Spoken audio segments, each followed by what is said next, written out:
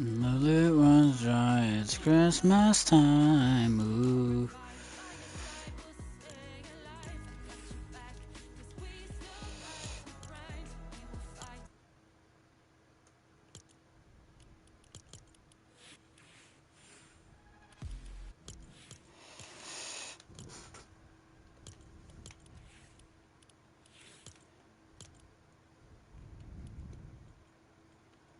I think we're live. Yeah, we're live. We're live. We're live. Okay, and the fucking music started. Okay.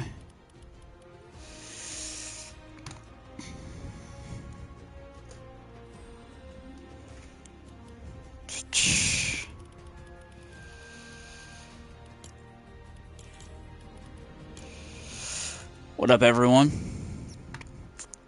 How's everyone doing? I'm actually gonna just turn lobby music off for this. What up, Zeke? We'll just turn lobby music off for now. Give me 1 sec, guys.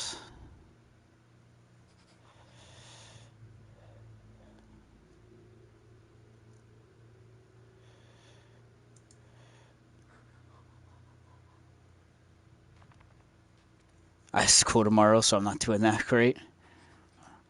It'll be alright.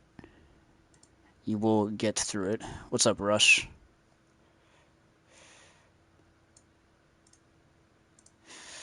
I'm about to just copy the tags real quick, if that's all good with y'all.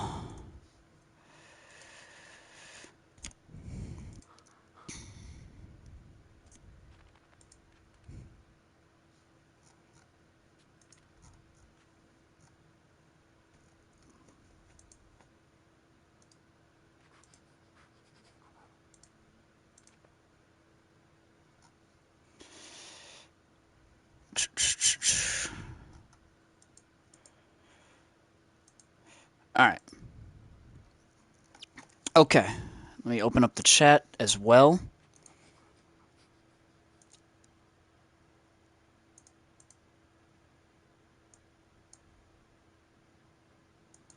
Alright. And then I got the chat open, right? Yes.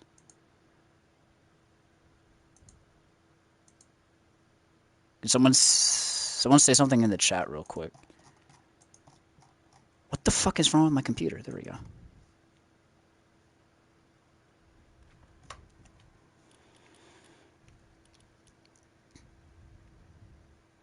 Boo? Alright, cool.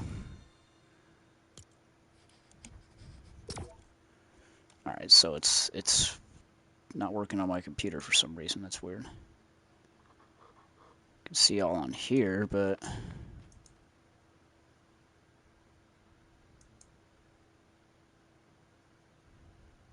there we go. Okay. Alright, welcome everyone. What's up, Hexified? Alright. We got a decent amount of people here. I think we'll just dive into a game here, and I'll just start talking. What's up, everyone? Welcome back. It's been a minute. It's been a hot minute since I last streamed. It's been quite some time. It's been quite some time.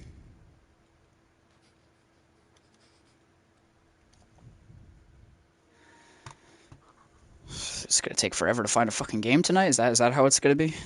Alright.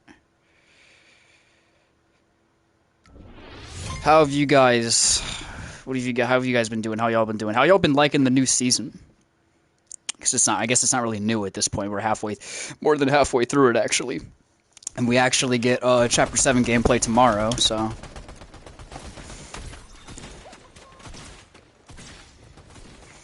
I am not... This is my first game of the day. I'm so cooked. I'm not warmed up in the slightest. And you guys already know how these lobbies are. These lobbies are about to be fucking demonic. This shit about to be fucking demonic while I try to... I'm about to be out here talking about real life shit. And I'm out here playing Fortnite solos at 12 a.m. Yeah, this is about to be so cooked. It's okay, but I can't play because I've been having bullshit ass things happen to my Xbox. It's been fun. They added Tyler, so it's the best season of all time. I keep getting third partied, so I don't know.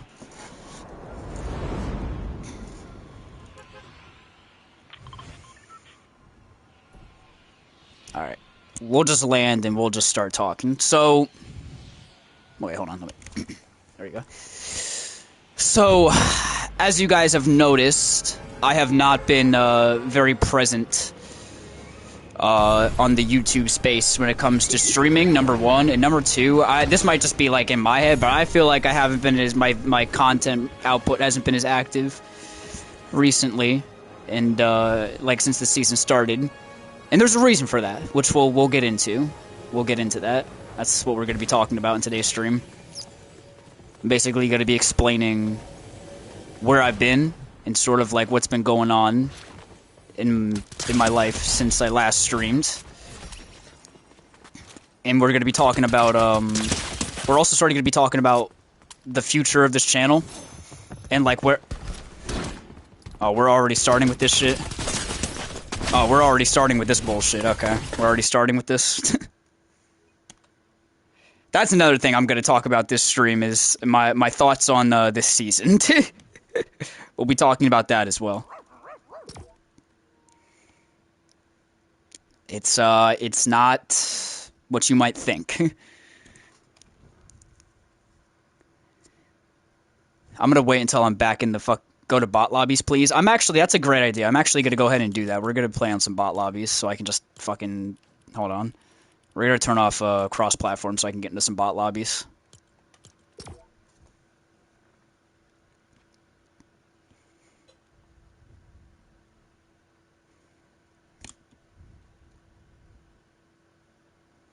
Do you play builds every once in a while?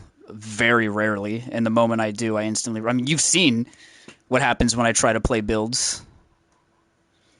I instantly regret it and I lose like the first fight I get into. I'm done with builds. I've come to terms with that. I'm never gonna be good at builds and I'm never gonna enjoy it. I'm just done. Builds is not fun. Builds is not fun. If zero build wasn't in this game, I would not play it. If they ever remove zero builds, I will quit the game. Builds is just not. It's just not for me, man. That shit is just not fun. There's nothing fun about builds to me. I can stomach it if I'm playing with someone else, but if I'm solo, it's just impossible. It's just I'm not having fun.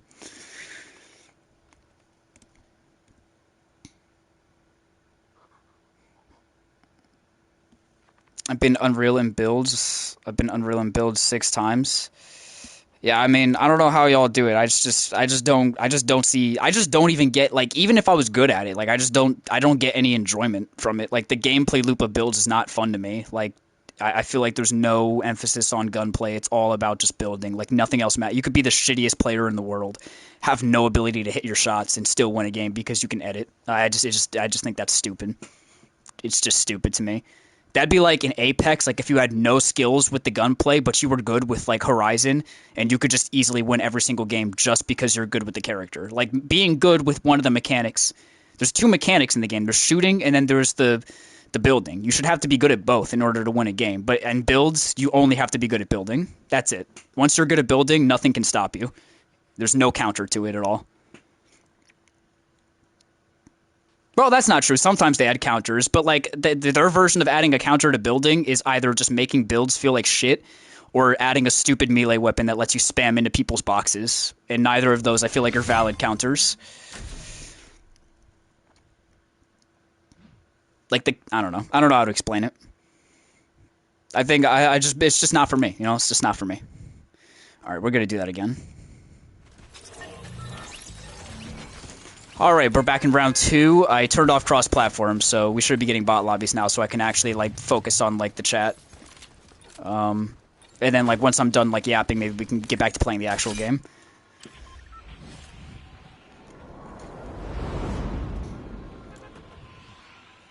I do see some sweaty names in here. I do see some like normal like humans in here, so it might not be a complete bot lobby. Anyway, yeah, we're basically going to be talking about like why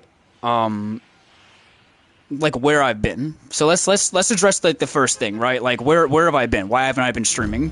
Why did I stop streaming like as soon as Chapter 6 ended? Or as soon as Season 4 ended? And where have the streams been, right? So, the first thing with that is, holy fuck, the game is loud. I would say, let me land first. Let me land and get to safety first. There's no way there's motherfuckers landing with me, right? Like, these have to be robots.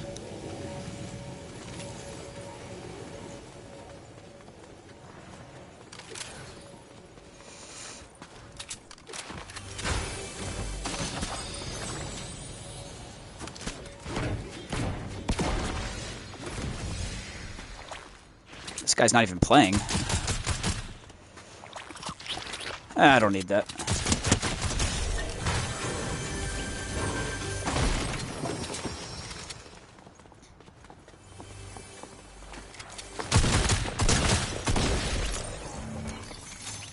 So the first thing I sort of want to talk about is why I haven't been streaming.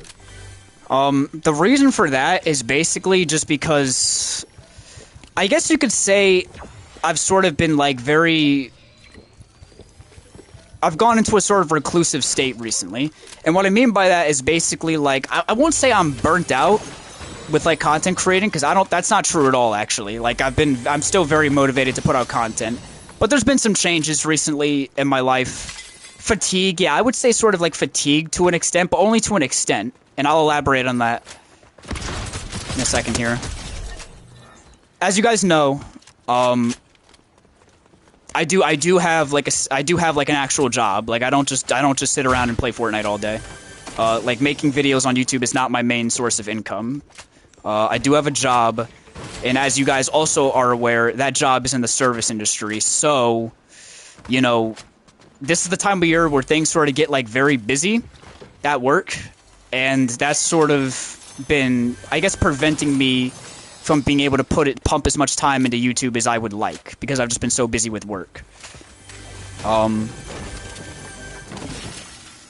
it's one of those things where like, I guess I don't really have like a plan, by the way, for this video. I'm just fucking spitballing, so this is gonna be raw as shit.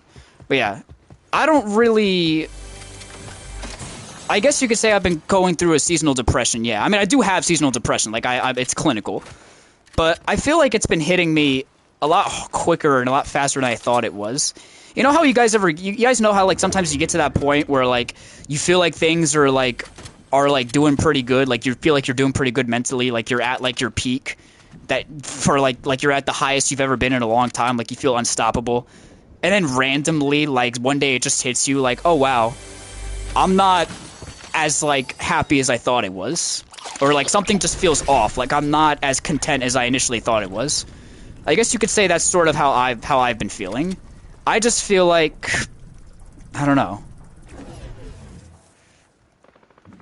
I feel like, what the hell's going on over there?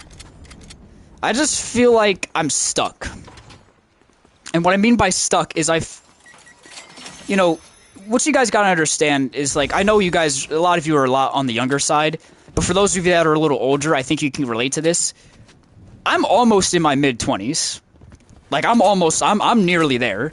And it feels like a couple years ago, like, that wasn't the case. Like, I still felt like a teenager about, like, when I started working at my job, I was basically still a teenager. I was, like, 18, 19. And now I'm pretty much a fully grown adult at this point. Like, my brain, I'm pretty sure, has stopped developing now. And I've grown a lot. You know, in the past, like, 5 or so years, a lot.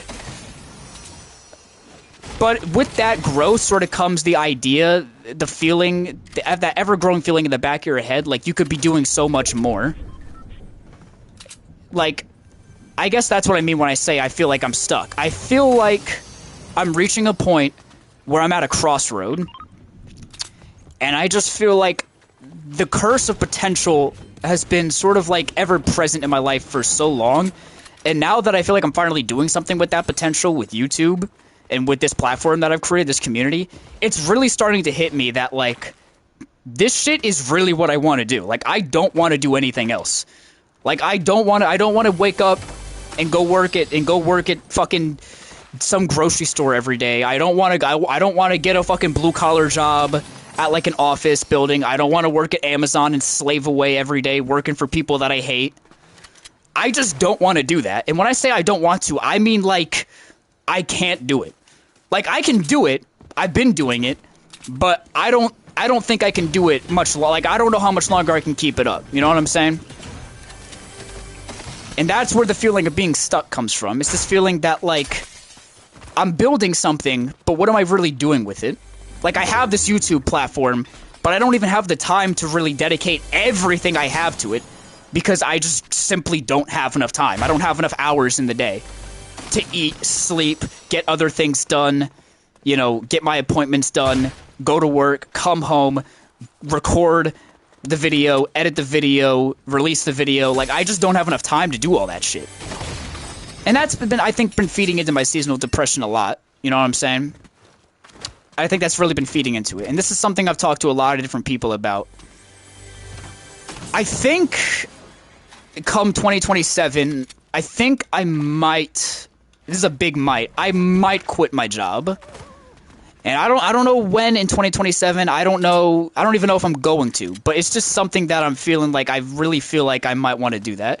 Because I'm going to be honest with you guys, going in and working in the same fucking building for 5 years, doing the same shit every day, having to deal with the same annoying types of people. I mean, I've gotten to the point where I can categorize every single type of person that comes in to the store. Like, they're all basically copies of one another. It's literally like copies of the same 20 people over and over and over again. And I know that sounds like such a dickhead thing to say, but you just have to work in the service industry to understand. Like, you just have to be there. It's actually that simple. You can't really grasp it until you actually start working it, and then you realize that shit really is real. Like, there really are like NPCs walking amongst us, like people that are on like straight autopilot and like there's no brain activity there. And that's kind of how I'm starting to feel. Like, I feel like I'm slowly turning into that. Like, I feel like I'm on autopilot every day. Get up, go to work, come home, record a video, try to get it done, end up being awake till 1 a.m., get it out, lather, rinse, and repeat. I feel like I'm not really able to put all of my creative intents into the channel to really make it something new and interesting that I've never done before. I mean, I recorded the Uncharted video, streamed it, like, probably 3-4 months ago at this point, and it's still not out, because I just haven't had a chance to sit down and just make the damn video, because I'm just constantly grinding. And I think I'm done with that. I think I'm done with making that sacrifice, or at least I'm getting near it. So that's the first thing I want to say. In 2027, I want to try to put more time into making videos into the channel. Like, I really want to put my all into this channel, and not just the channel, but into other shit as well. The webtoon Valaxia, that shit has to go into overdrive in 2027. It's been far too long since I've given it the attention it deserves. New episode needs to come out by the end of this month, and more episodes. I need to get at least 3 episodes out in 2027. At least 3. That's my goal. I don't know if I'm gonna, I don't know how I'm gonna get that done, but I'm gonna try to get that shit done. As for, like, the internal, like, depressive side of everything, I won't lie to you guys. It's been a little on the rough side. Hold on, I think there's someone over here. Are these bots? They're bots. Damn, they really buffed the shit out of this gun. There's, like, no bloom now. Like, no bloom at all.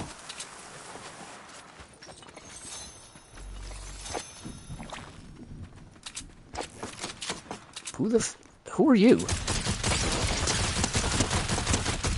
Like, who are you?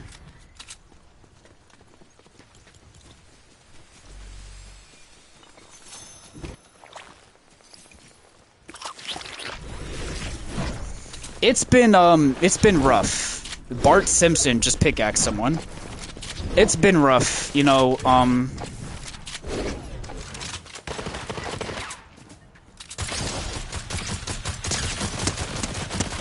It's getting better, but I don't know, guys. It's been a little intense the past couple months. I don't want you guys to worry or anything. Like, I'm alright, I'm safe and all that. Like, I have a support system. I think things are gonna be okay. I know things are gonna be okay, but it's just been difficult, There's been a lot of stuff happening in my personal life that I won't really get into, a lot of changes. And it just feels like You know, it's like that feeling, you know what I'm saying? Like that feeling that, like, shit is just, like, changing. Everything's changing at once, but at the same time, nothing is changing. Like, everything is the same. The more things change, the more they stay the same. I feel like the older I get, the more I understand that sentiment. And I think it's starting to, kind of, the weight is starting to set in. There have been some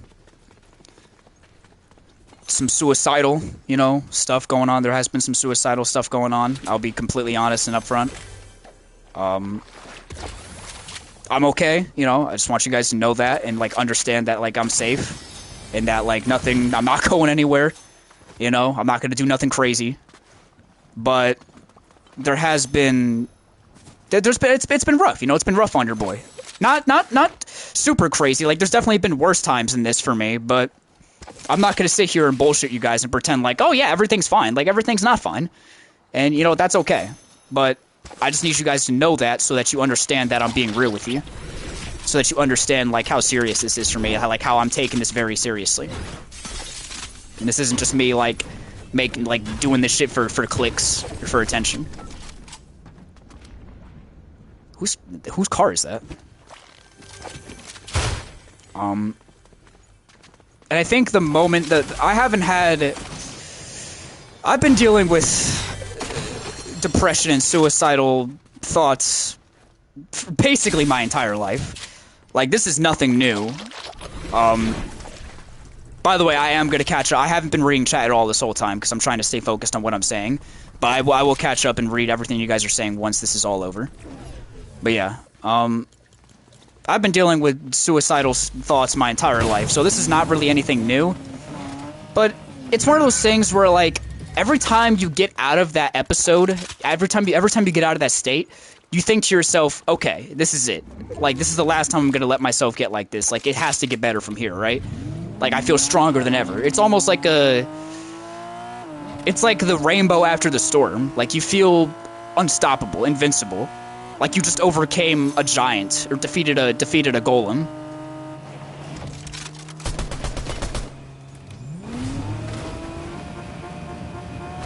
This dude's just running for his life.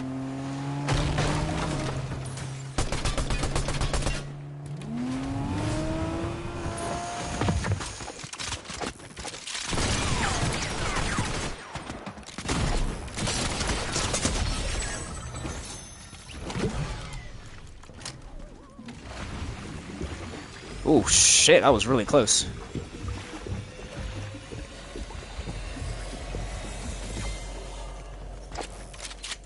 Alright, we gotta move.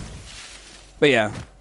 So, you know, when you get out of that state and you think those things to yourself, like, oh, like, there's no way, like, it can't possibly be this bad ever again, and then it just happens again a couple years later, I think that might be the shittiest feeling of it all, you know? Like, the idea that, like, you overcame it, only for it to just happen all over again. And it literally does, it just happens, it feels like it just happens for no reason. Like, you really do feel like it can't get any worse. Like, you've overcame so much. And then something just, it could be one little thing that just sets you off, and then boom. You fall right back down the hole. It's like trying to climb up it's like trying to climb out of a landslide mud pit. And it's like, you're making gradual progress, you know what I'm saying? You're making gradual progress. You're climbing up it. You know, and then you get right to the top. You're almost there. And then, you know, the mud slips in. You make one wrong move, one wrong step. Your hand slips, and then boom. Just like that. Just like that. You're fucking all the way back to the bottom.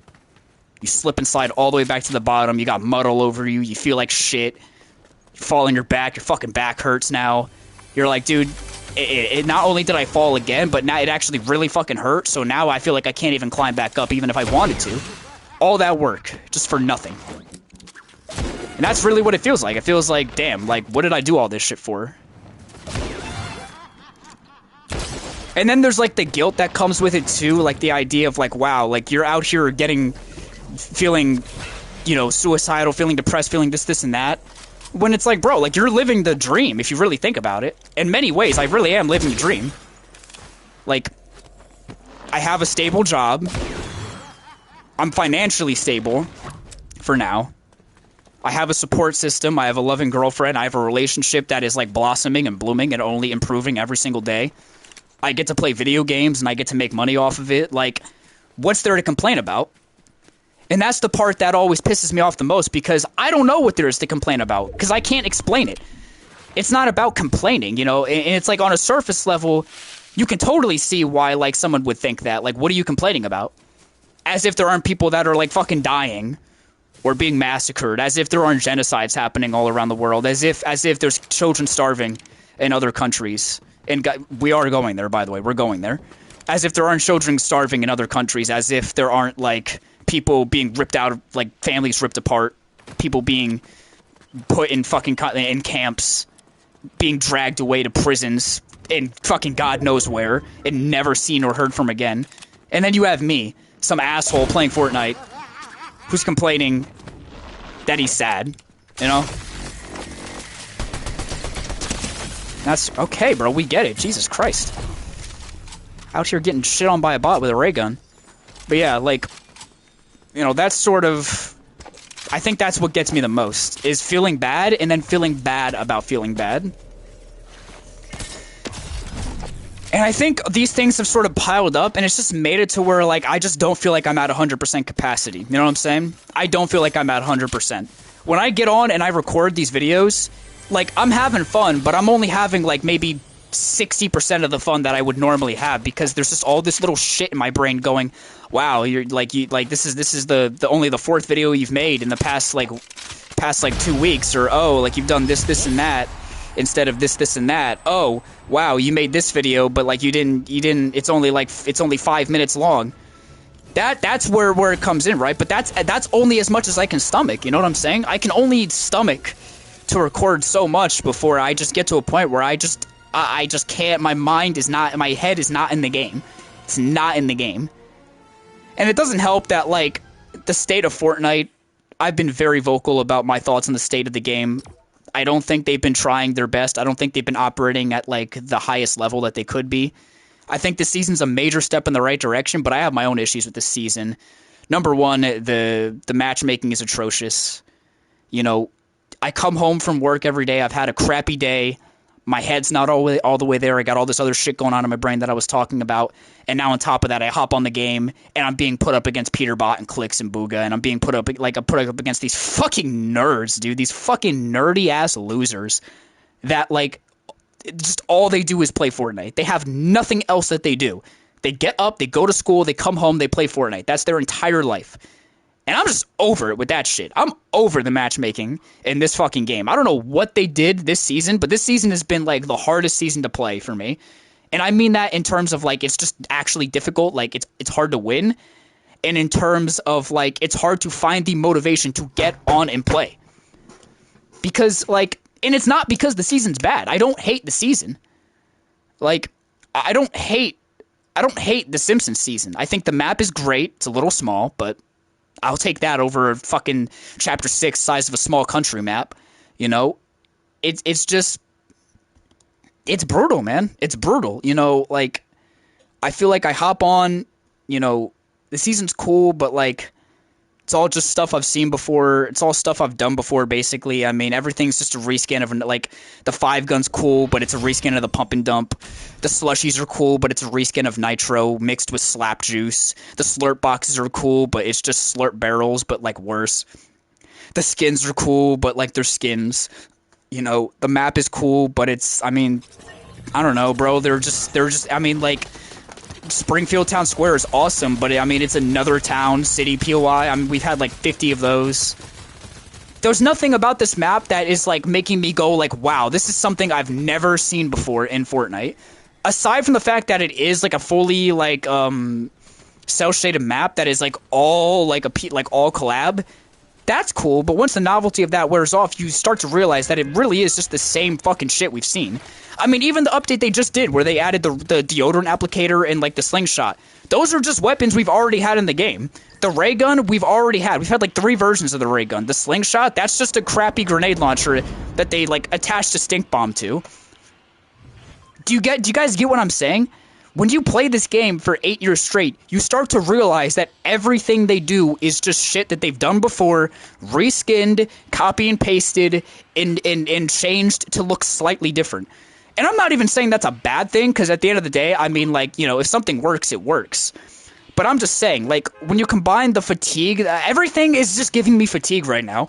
My regular life is giving me fatigue, my job is giving me fatigue, the game is giving me fatigue, hell, even my videos are giving me fatigue. You guys may not have noticed, but, like, I do feel like the videos I'm putting out are, like, they're not at the highest level that they could be. I'm basically just doing the same shit over and over again, right? Crash out video, skin video, you know, like,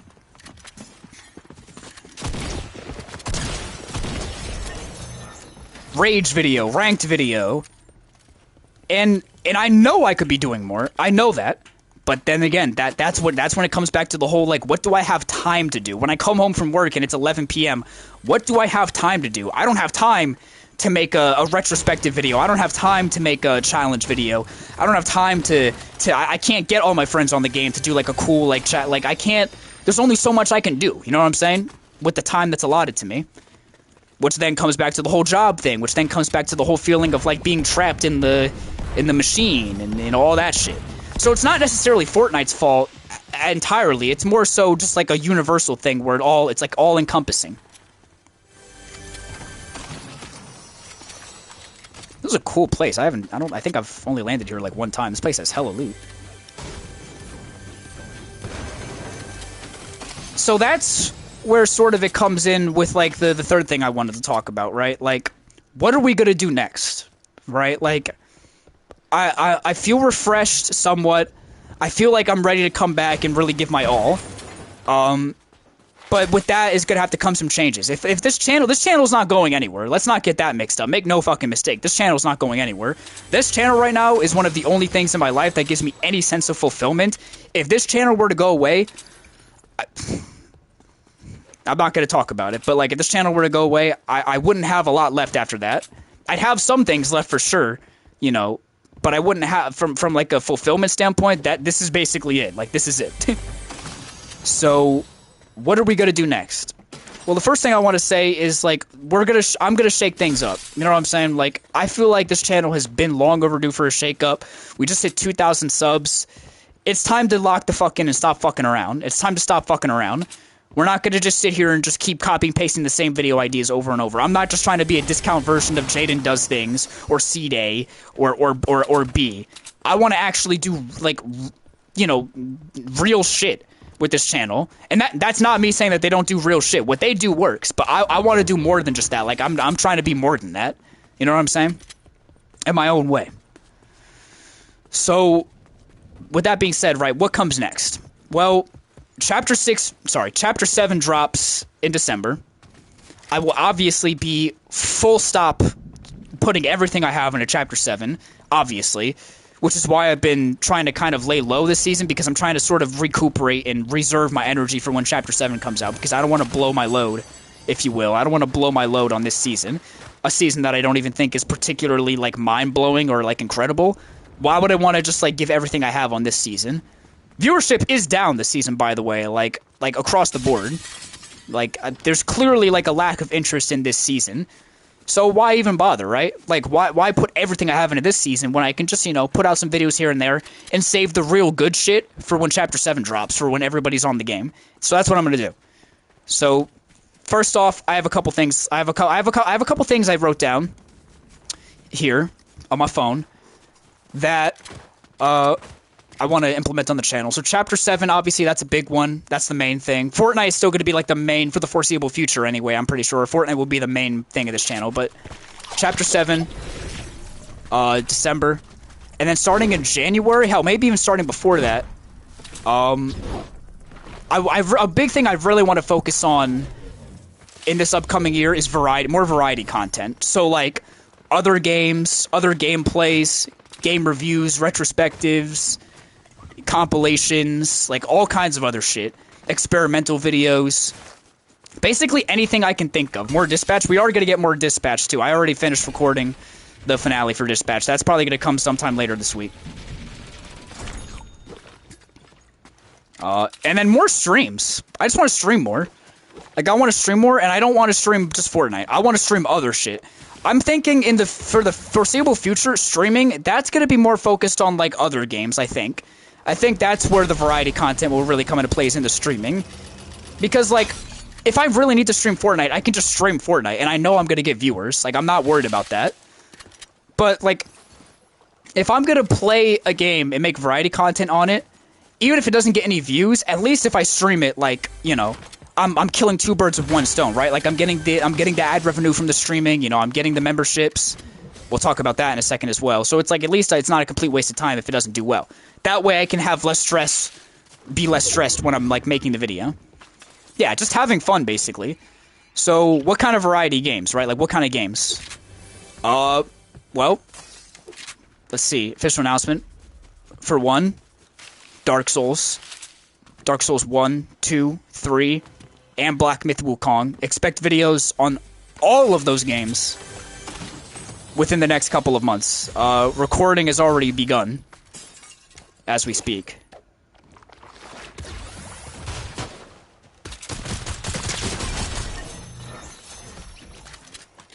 Beyond that, Call of Duty Zombies. I've been really feeling like the itch to go back to my roots with COD Zombies, so expect more of that. Black Ops 7 is so trash that I genuinely feel like I could have a chance with, like, the older Black Ops games, because people are just thirsty for, like, actually good Call of Duty content. So expect more of that. I have some other stuff cooked up that I'll save for later. More challenge videos, so you guys obviously remember, like, the gas station video for Fortnite actually did surprisingly well. It's not my highest performing video of all time, not by a long shot, but it performed much better than I thought it would. So, fuck it, like, I'm gonna do more of that shit. I have a bunch of ideas planned for Chapter 7, dude. I have so many ideas. I have enough video ideas to get me through the entire month of December alone, and that's without even having to make, like a crash out video or, like, a skin video. That's without that. I'm talking everything, bro. I'm talking tier lists. I'm talking like 100 drops. I'm talking other challenge videos. I'm talking, like, review videos. I'm talking everything. Like, I've got lots of fucking plans for Chapter 7. You guys have no idea. 67 damage? Are we dead ass? Oh, hey, Krusty.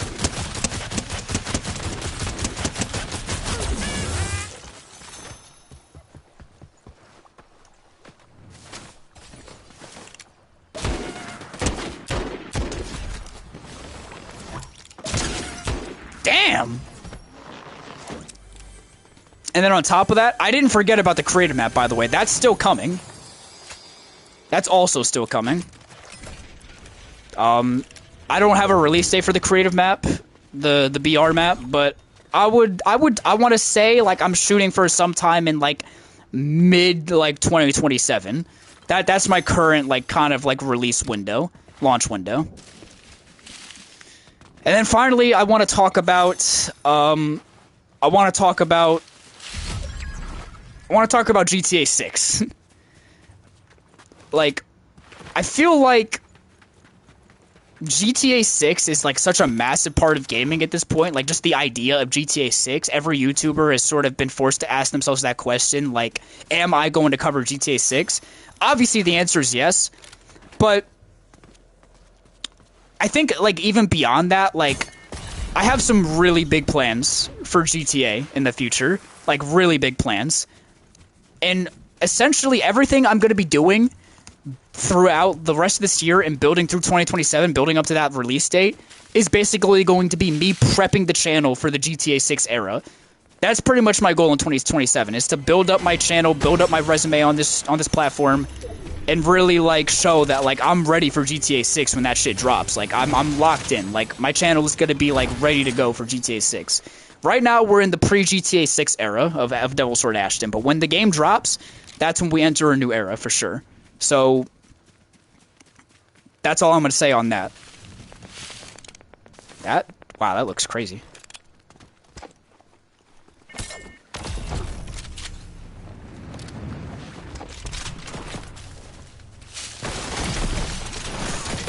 Think I didn't see your ass?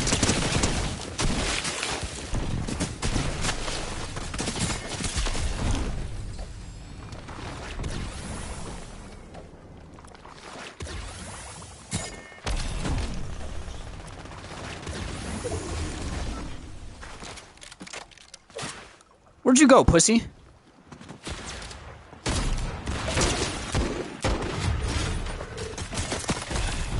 Oh, these are real players.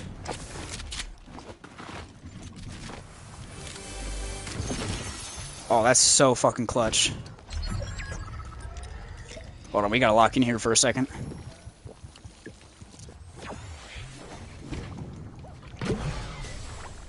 Yeah, I don't know if I'm making any sense, like, or if I've been making any sense this whole time. I hope I have. I'm just sort of spitballing, you know what I'm saying? Like, this is completely raw, like, no speech, you know, no script, just me talking to you guys about, like, what's going on. But I feel like that's kind of like what you guys come here for, is like a little more, like, something a little more raw and genuine.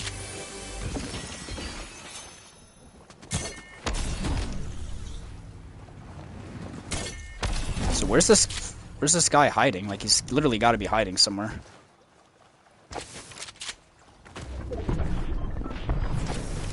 There's fucking donuts falling? Are we serious? Man, if you don't get out of here with these goddamn donuts...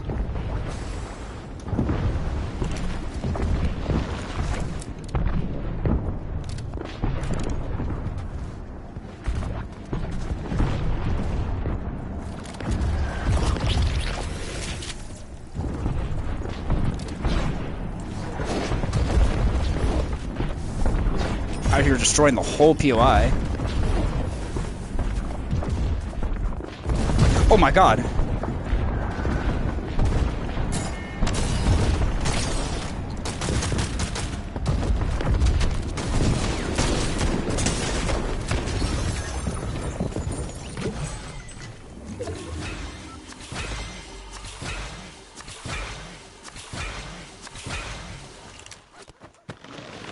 Did I ever tell you guys how much I hate the Ranger shotgun? Like, how much of a piece of crap this thing is?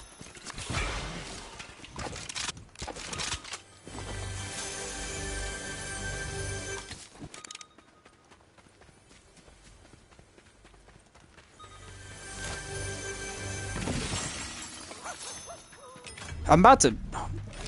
We're gonna just double pump. Can you double pump this? Yeah, you can. We're gonna just double pump. I think that's the way with this.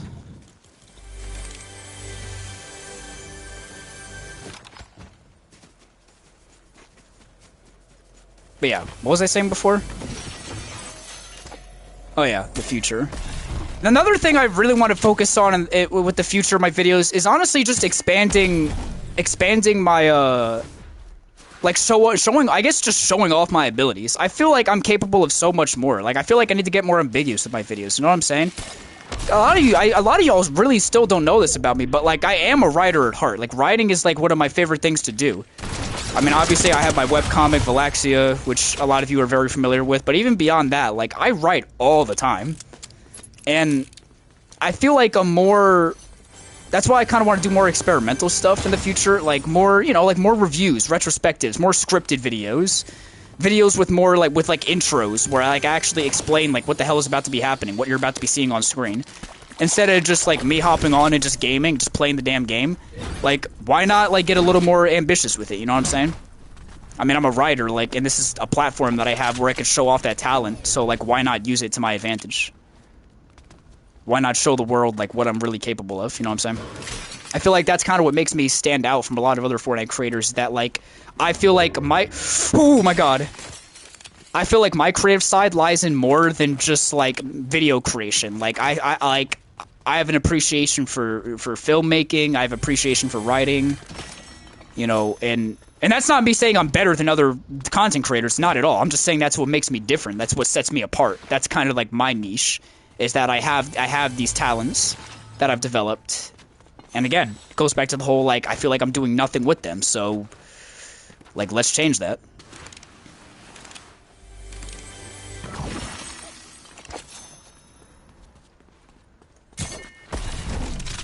Alright, where's this last guy at?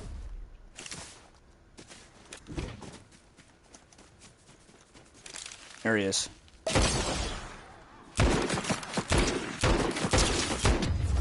And there you go. But yeah, GG's. Wait, let me... This is for the video. GG's.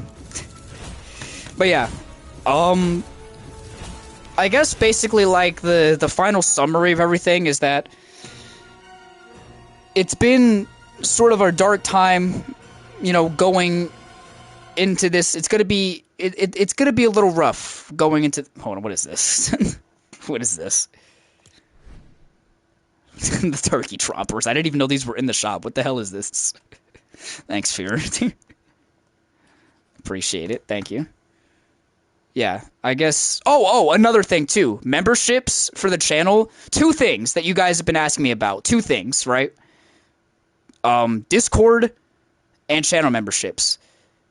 The Discord, I want to get to work on the Discord either this month or in December. I said it would come out before 2027, and I meant that shit.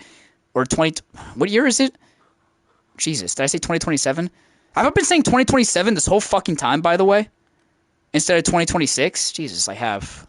Fuck me, dude. Whatever. I said it would come out before 2026, and I meant that shit. So the Discord, that's gonna drop, I don't know when, but it is gonna drop sometime before the end of the year.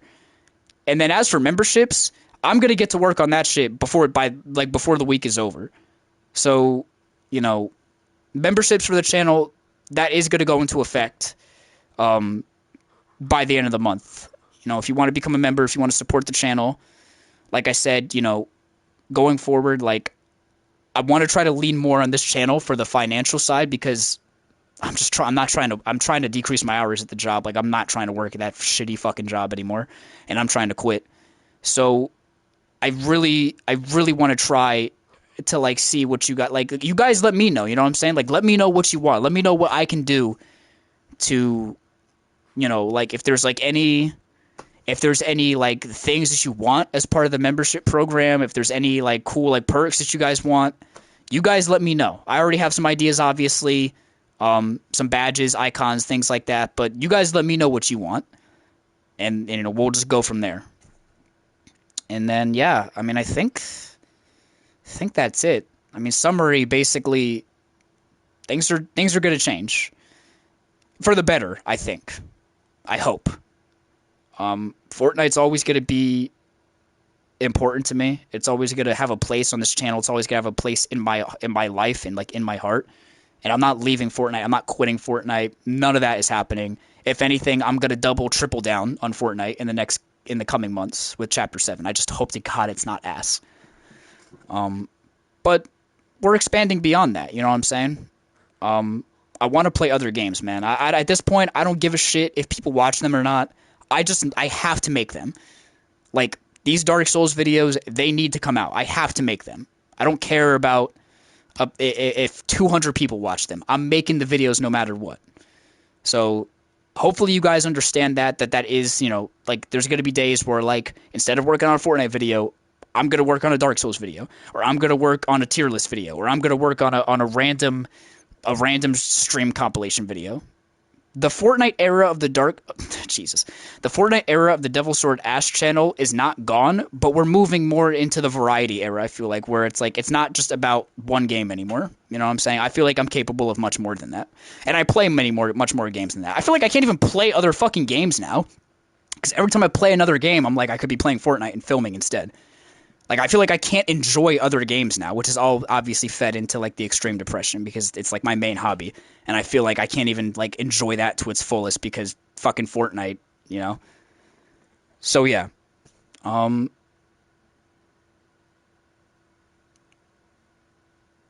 yeah, the Q&A. The Q&A, that'll come. I'm going to record that tomorrow, I think. Either tomorrow or the day after. So that'll also come out soon.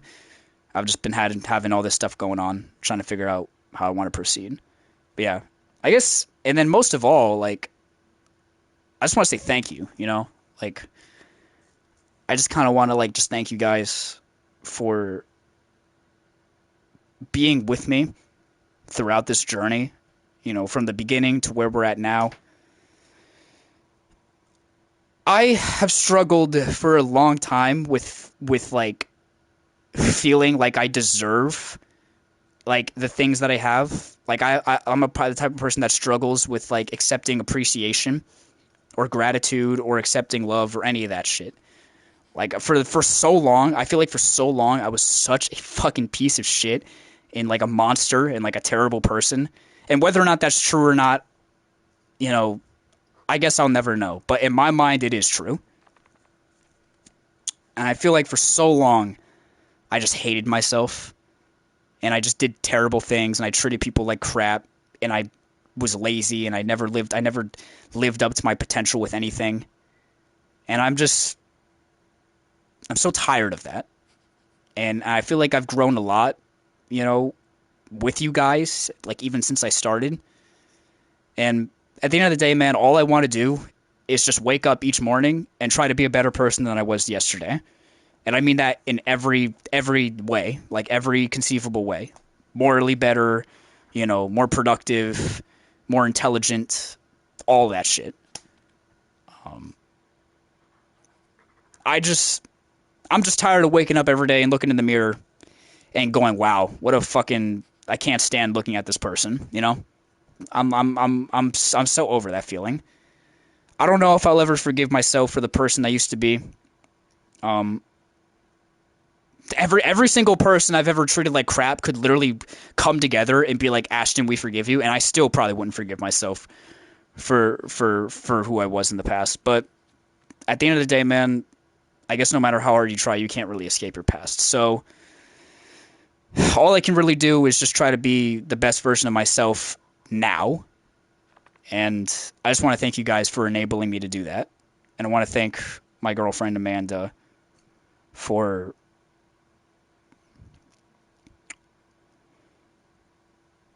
being so supportive and incredible through this journey as well and helping me through every step.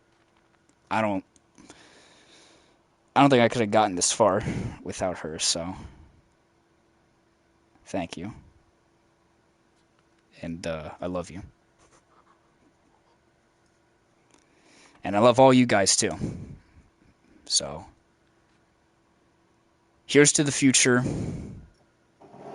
And here's to another 5,000, 10,000, 20,000, 30,000 subscribers. I'll see you guys on the other side.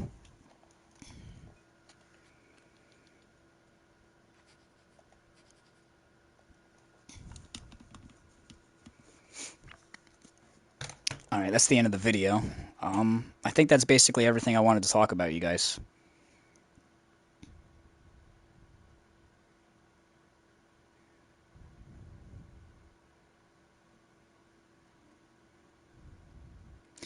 Let me catch up on chat. I haven't been reading chat this whole time, guys. I mean, I've been glancing, but I didn't. If I started like if I kept like reading chat while I was talking about that, I was gonna start crying. So.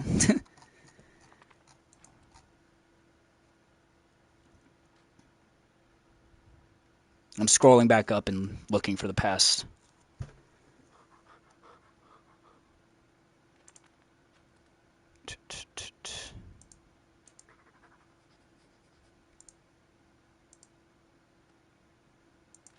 Sorry, hold up.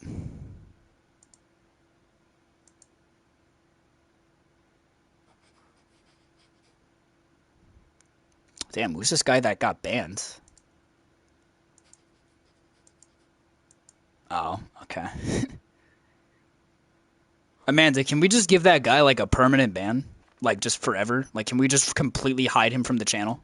Or is that something actually I'll do it actually. There we go. All right. Yeah, he's in the Shadow Realm now.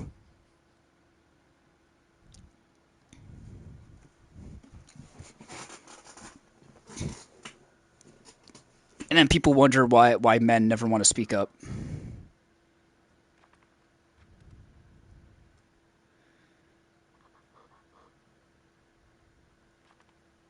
Don't let that opportunity slip. Not many people get the chance to do this and actually get success. That's exactly what I'm saying. The idea of wasting the opportunity that I have with this channel is something that like haunts my dreams. So I'm gonna do everything in my power to prevent that shit from happening. Even if I have to, again, like even if I have to quit my job and spend all day working on YouTube and making like next to nothing compared to what I was before, I would still prefer that because at least I'm still pursuing the shit that I actually care about. At this point, the money isn't even like enough to convince me to keep going at Target. Like, the money's not even enough for me at this point. I really don't give a fuck about money, by the way. Like, obviously money's nice, and I like, at this point, the only thing that I want money for is to be able to afford to do stuff with my family, go on trips, see the world. I want to go to Japan in 2026, and to buy equipment to, like, for YouTube. Like, and to, like, buy gifts for, like, my loved ones and friends. That's the only thing I give a fuck about when it comes to money. I don't care about other shit. I really don't.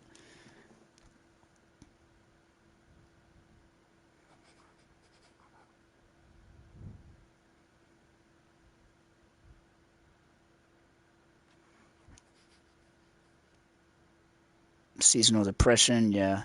Please don't torture yourself today and play Reload. We're not playing Reload. Trust me, we're not going to play Reload tonight. I can't even. I'm glad I turned the fucking bot lobbies on because I can't, like, yeah.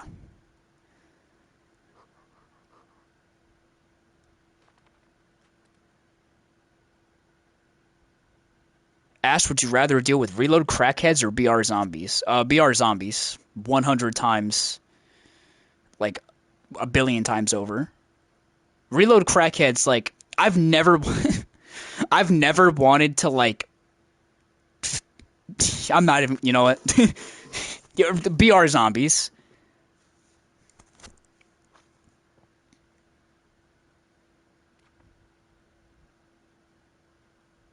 Sometimes you just don't feel like talking. I get it. Yeah, I mean, that's why sometimes, like, I'll put out videos where it's like either old footage that, like, I've recorded months ago. Like, there's a video coming out tomorrow that with me playing Reload. I recorded that shit in October. That video takes place on the fucking. I'm playing on the fucking Nightmare map. That map's not even in the game anymore. But it's like, you know, or like I'll do a video sometimes where I'm just, like, not talking at all. Basically, like, it's basically all silent. Sometimes I don't want to record sometimes. It's literally that simple. Sometimes I just don't feel like playing. I don't feel like recording. I don't feel like talking. I just want to make a video, edit it, and just relax and spend time with my girlfriend. Like, I'm not trying to sit here and play Fortnite every single day. I think that time is long since passed. Like, I'm out of that, like, I'm, like, slowly working my way out of that era of my life where I just feel the desire to play Fortnite every day. Sometimes I just really don't care. I was diagnosed with seasonal clinical depression a few years ago. Yeah, it's rough, Zeke.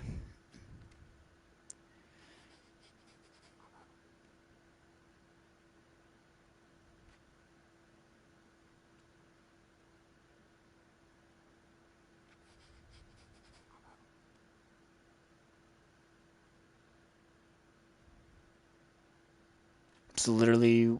I just want to read what this guy's gone now, but I do want to read what he said just so I can, like, double down and reaffirm because he does kind of have a point. That's literally what life is about. Some people don't even have a choice. That's first off, I literally fucking said that. If he was actually paying attention to the fucking stream, I literally said that. You know, like why do you think I was so afraid to talk about this shit for so long? Because, like, I know for a fact that there's going to be fucking loser weirdos, contrarians that are going to come in and do the whole guilt tripping, gaslighting, like, oh, like, you're not allowed to feel bad, you're not allowed to have emotions or feel sad because, like, you're living a life of luxury compared to some others. Bitch, you don't think I fucking know that? Why do you think I feel even more like shit every time I think about it and acknowledge it? Because that's me, because then I have to acknowledge the fact that, like, I really don't have the right to feel upset if you look at it from, like, an objective standpoint. But that's the thing about life as well, is that life is not objective. Life isn't about, like one person's suffering does not mean more. Well, actually, okay. Let me not phrase it like that because that implies that, like, my suffering is on the same level as, like, a person that just had their entire family bombed in Gaza. Like, because one person is definitely suffering more than the other in that situation, and it's not me. But I mean, all suffering is not created equal, yes, but that doesn't mean that all suffering is not still of, like, an inherent value that should be taken seriously. Because suffering is it's like an infection. You know, it's like a bad wound or a bad cut. If you don't treat it, when you first notice it, it's gonna get infected and it's gonna get even worse. And before you know it, you might just be dead. So maybe think about that. Think about that before you just go around telling people that the shit that upsets them doesn't matter. You know what I'm saying? It's not like what I'm going through matters compared to some other stuff happening in the world. I'm just a small speck. At the end of the day, I don't matter at all if you think about it on the grand scale of things. But that doesn't mean that my problems don't matter. You know what I'm saying? They just don't matter in the grand scheme of shit. You get what I'm saying? Of course my problems matter to me. Why the fuck wouldn't they? Like, what am I, just a fucking emotionless robot who just doesn't have emotions or feelings? That's not normal. That shit is not normal. That's not a normal way to look at the world at all. At all. That is not a normal way to, like, process your emotions. And I feel like people like that low key have their own stuff going on, and they're just coping. Like, I feel like that guy is probably super depressed and has some like weird complex going on. Like, he's got some weird like self-hate stuff going on. Because I used to be like that too, where I would be like, I'm not allowed to feel sad. Like, there's people that have it way worse than me. I should just shut up and just suck it up and just bottle it up. And then I would get surprised when I end up like lashing out and having an episode or a breakdown. It's normal fucking shit. It's normal to feel upset. A lot of people in the country are upset and feel depressed right now and feel hopeless. I'm not special in the way that I feel. But that also means that I'm not special, meaning what I'm feeling is real. Like, it's real shit. You know? So yeah, that's all I'm going to say about that. I'm aware. I'm aware that like that I have like a privilege and that I have a gift that's been given to me. And I want to make I want to make full use of it. But if I'm going to do that, I have to stop and acknowledge that I don't deserve to punish myself to make that a reality. Just because other people got more shit going on doesn't mean I have to punish myself as a result. That's not fucking normal. You know? Because God knows I've already punished myself enough.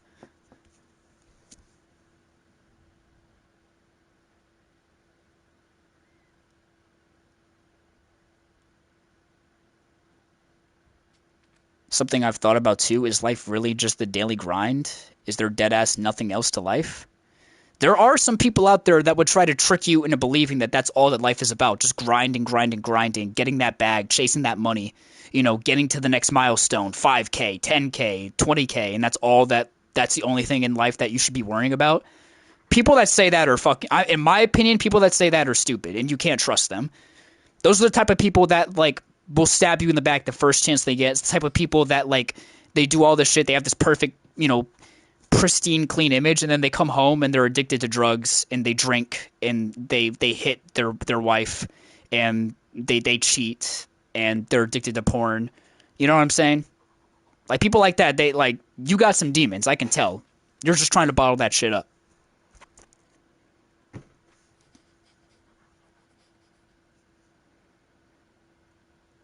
It's not always the case, but even with being okay with not having someone, some people are still lonely deep down.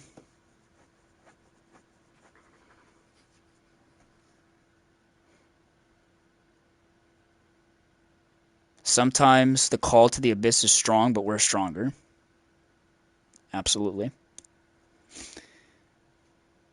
I'm going through the same thing. My dad passed away a few hours after I left. What do you mean after you left? Pierce, what are you talking about, man?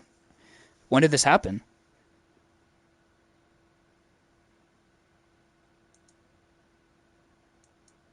When did I'm so sorry. When did this happen?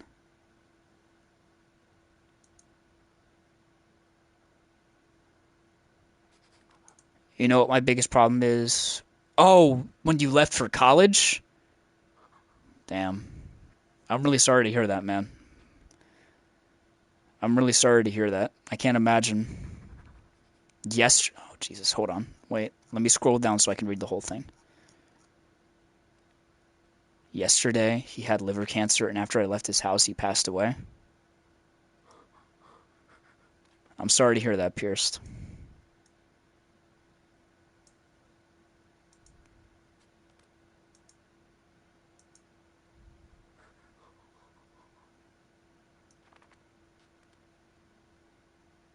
You can't blame yourself for other people's suffering. I mean, it took me.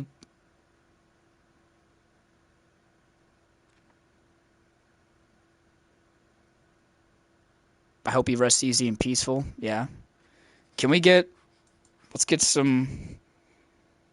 like, you know, RIP. No, that's I can't even take that seriously when I say that. Can we get some RIPs in the chat? Like, bro, like, let's get some real shit in the chat. Like some, I'm not religious, but like, let's get some prayers. You know, like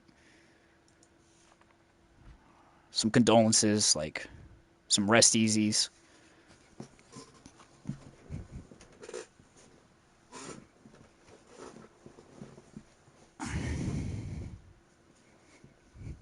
That's rough.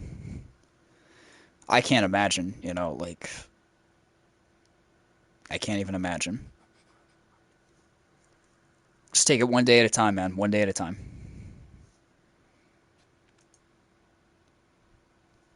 Fuck cancer. Yeah, absolutely.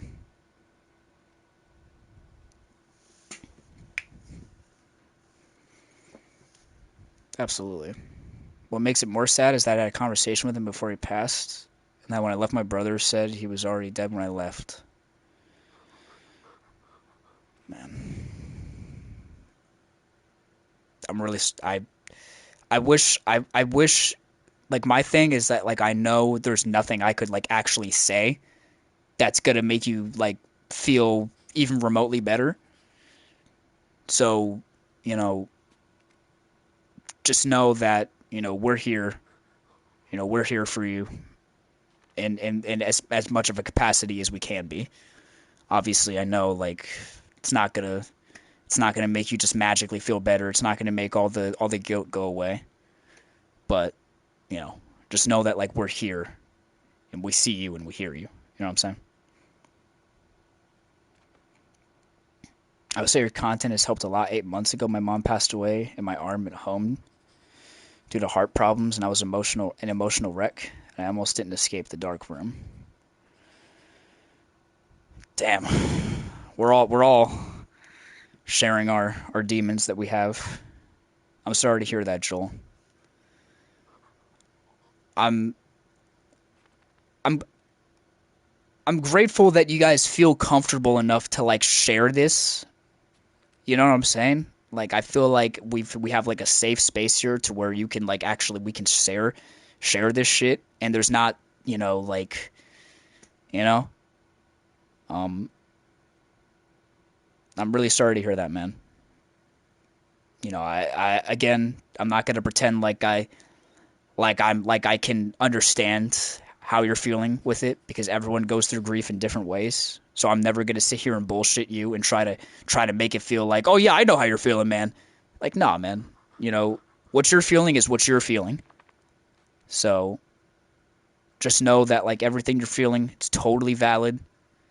And just know, it may not seem like it's gonna get better, but as long as you take it one day at a time, then you're winning, in my mind. I mean, that's all anyone can really ask of you is to just take it one day at a time. Just try to get from point A to point B every day. You know what I'm saying? Just try to get up and make it to the end of the day.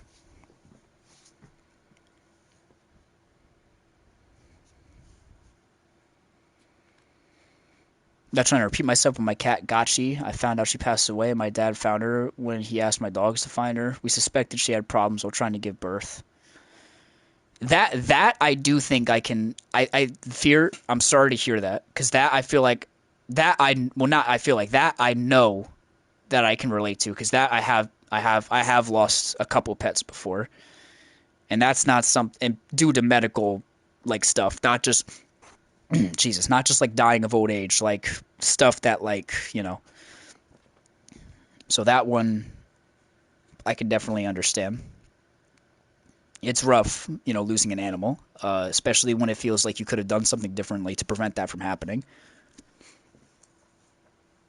But at the end of the day, though, at the end of the day, you got to realize that, like, you know, every animal is different, and sometimes even one little thing can can cause an issue like a failed kidney here, a heart palpitation there. You can't. And sometimes animals do just get old. Like sometimes they just get old, and You know, it just gets to a point where it's out of your hands.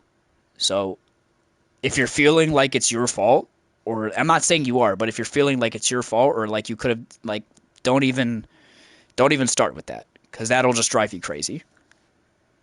You know, I like to think that like all my animals that died would have been happy that they got to live like a pretty good life, you know, a pretty luxurious life where they felt pampered and felt like they had everything that they could have possibly wanted, you know. And that kind of brings me comfort.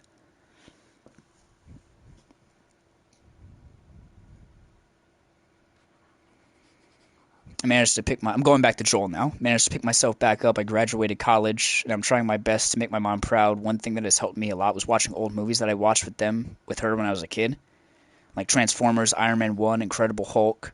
Dude, I love Iron Man 1. Iron Man 1 is one of the. That movie still holds up. Your mom had good taste. That movie still holds up. Iron Man 1 is like one of the is genuinely one of the best superhero movies ever made. Like that movie is still good in 2025 and it's still going to be good in 2045. Like that is genuinely one of the best superhero movies ever made. That movie is cemented Iron Man as like an iconic character in fiction, not just superheroes, but just like in fiction. They took a dude that was literally a D-list hero that nobody gave a shit about, and they turned him into like a household name on par with like Spider-Man and Batman. Like everybody knows who Iron Man is.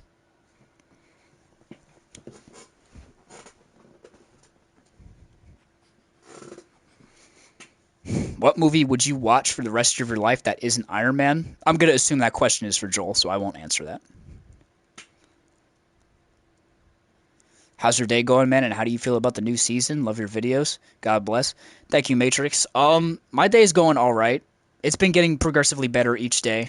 Um, you kind of missed all the explaining that I did earlier about kind of what's been going on, but I'll let you rewind the VOD or it's gonna go into a video too. Like I'll make a video probably on the whole thing just to update those that only watch the videos. But yeah, it's been all right. New season, it's okay. I don't know. I mean, I'm just waiting for chapter 7. I don't know. It's not a bad season at all. It's definitely better than most of the shit we got in chapter 6 and chapter 5. Like it's not a bad season at all. I just hate the matchmaking. The matchmaking just makes it miserable to play in solos. When I play with my friends or with my girlfriend or with Kai and all them, like I'm having the time of my life. Like it's so fun. But just solos is just shit. Like I don't enjoy playing this map on solos. Third partying's out of control. The matchmaking sucks. I don't like the guns. But yeah, I think they're making a step in the right direction with this season. Oh, the questions for both of us? Okay. Well, Joel said it's easy for me. Transformers, no joke. I've watched that movie 56 times and never get tired of it. That's so respectable too. If I had to watch one movie over and over again,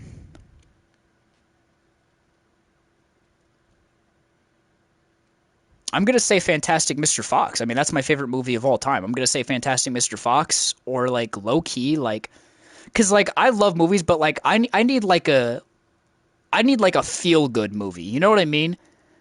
And it's funny because like I'm always obsessed with like in terms of writing, I'm always obsessed with like the dark shit and like all that stuff. But really, like the movies that are most rewatchable to me are just like the movies where like I watch it and I'm like that made me feel good, like that made me feel cozy. And for me, that movie is Fantastic Mr. Fox, and then probably like Shrek 2. Like I'm so fucking serious. I'm so serious. I'm not even remotely joking.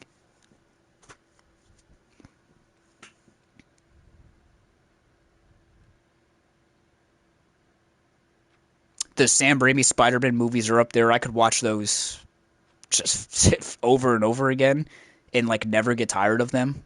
I don't give a shit what anyone says. Like they still hold up. And I don't hate Tom Holland either. But I like the Tom Holland Spider-Man movies, and I think Tom Holland's a better Spider-Man than Tobey. But that's a whole other thing. But I do think the Tobey movies are better. Green Book is a movie I'd pick. Toss up between Shrek and Shrek 2 for me. I think Shrek 2 shits on Shrek 1 in like every way, and I love Shrek 1, but that just shows you how good Shrek 2 is. I think Shrek 2 is better than Shrek 1 in literally every way. It's funnier, the animation is better, the story is better, the world building is better. It's seriously, like, genuinely one of the funniest movies. I think it is the funniest movie I've ever seen. I think that movie makes me giggle like until I piss my pants. Like that movie makes me laugh to like way more than it should as a grown man. It's between that and like that movie and this movie I just watched like a year ago called Anora. Those are the two funniest movies I've ever seen. Anora was had me going crazy with the fucking giggling. That movie rivals Shrek 2, but that's also a very different movie from Shrek 2. Two very different comedic tones. Jesus Christ. Scared the crap out of me. My comfort show is the first season of The Last of Us. That's not weird at all. My comfort game is The Last of Us, Part 1 and Part 2. You guys know how I feel about The Last of Us. That game makes me feel so cozy, and I don't know why, because they both, even the first one, they're both extremely depressing. I didn't even know that movie was supposed to be funny. I think it's definitely supposed to be funny. Like that movie's definitely like a black comedy for sure. It's a dark black comedy. And I think it's fucking hilarious. Like,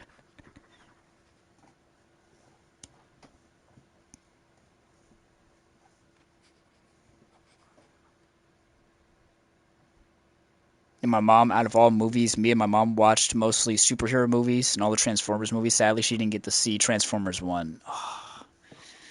Oh, that's brutal. That sucks, man, because I really like Transformers 1 is my favorite Transformers movie. Like, in my opinion, I think that's the best one. But at least you got to see the conclusion of, like, the Michael Bay era. You know what I'm saying? Like, the conclusion of, like, that arc, that storyline. Because Transformers 1 is great, but it doesn't really have anything to do with those movies. So I feel like you can at least take comfort in knowing that she got to see how, like, the whole Michael Bay verse came to an end.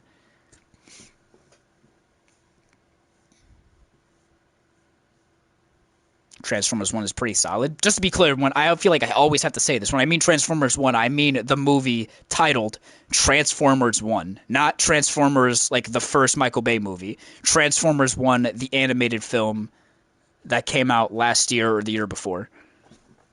That is literally called it's a horrible title, by the way. That is literally called Transformers 1. What do you think of Nightmare Before Christmas? I mean, I love that movie. I don't love I don't love Homeboy. What the fuck? Why am I blanking on the dude's name? Tim Burton. Jesus. I don't love Tim Burton at all. But I love that movie. Also, by the way, he didn't even make that movie. Just so you guys know, Tim Burton didn't make A Nightmare Before Christmas. He didn't direct the movie. He produced it. Just a little tidbit for you guys. That's not even a Tim Burton movie. And he also didn't make Coraline. He didn't direct that movie either. So, like, the two movies that everyone glazes for Tim Burton, he didn't make those movies.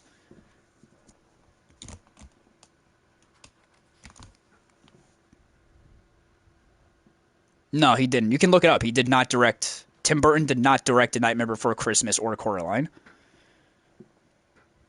Well, maybe Coraline. I know for a fact he did not direct Nightmare Before Christmas. Like, I know that for a fact. If you look that up, he did not direct the movie.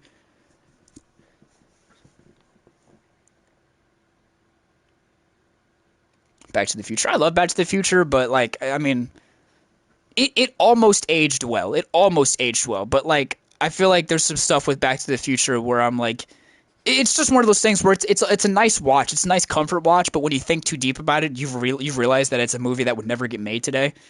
And if it did, it would be considered very problematic with some of the stuff they include in the films. Like, there's some weird shit in the Back to the Future movies where I'm like, I don't know if that was a necessary addition.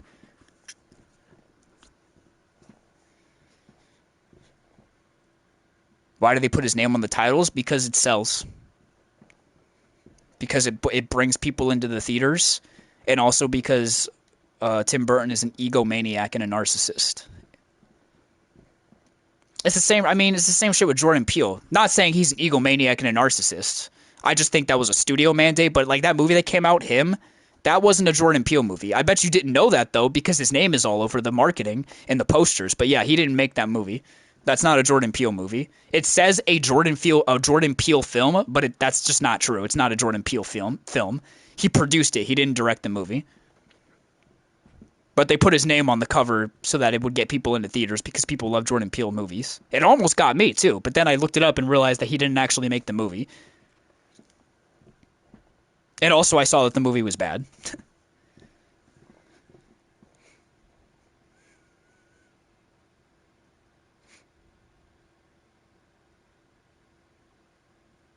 Homie, hold on. What the fuck? I was trying to read this and it fucking... Okay, there we go. No, wait. What the fuck? Am I blind?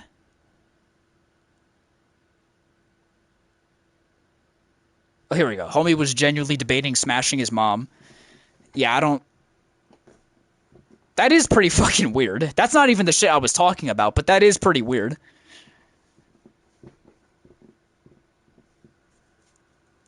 The treatment of Marty's mom in all three movies needs to be, like, studied.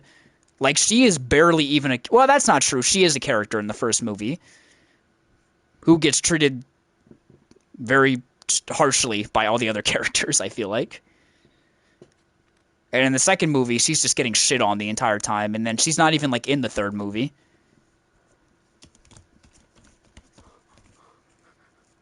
Oh, yeah, no, actually, Bart Punch is right. That's not what actually... Yeah, wait, we're getting it wrong. That's not even what happened. His mom wanted him, but Marty was trying to avoid that from happening. See, I need to rewatch the movies, because I'm not even going to speak on this shit anymore, because now I'm just forgetting, like, entire plot points. That was literally the whole plot of the film, is that it's funny because, like, but also uncomfortable, because she wants to fuck him, but he obviously doesn't want to do that, for multiple reasons.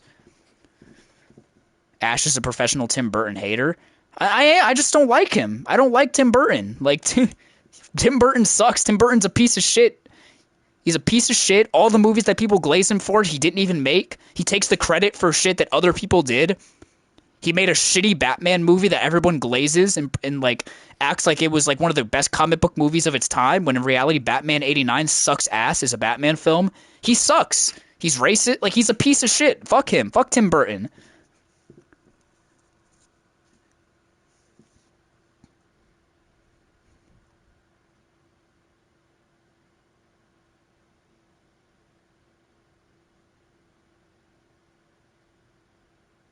My mom liked but had criticism was for Edward Norton Hulk, because she said it was a great movie, but her favorite Hulk will always be Laura Ferrigno. Isn't that the dude? I don't know how to say that dude's name, but isn't that the dude from the 2003 movie? I liked Edward Norton as Hulk.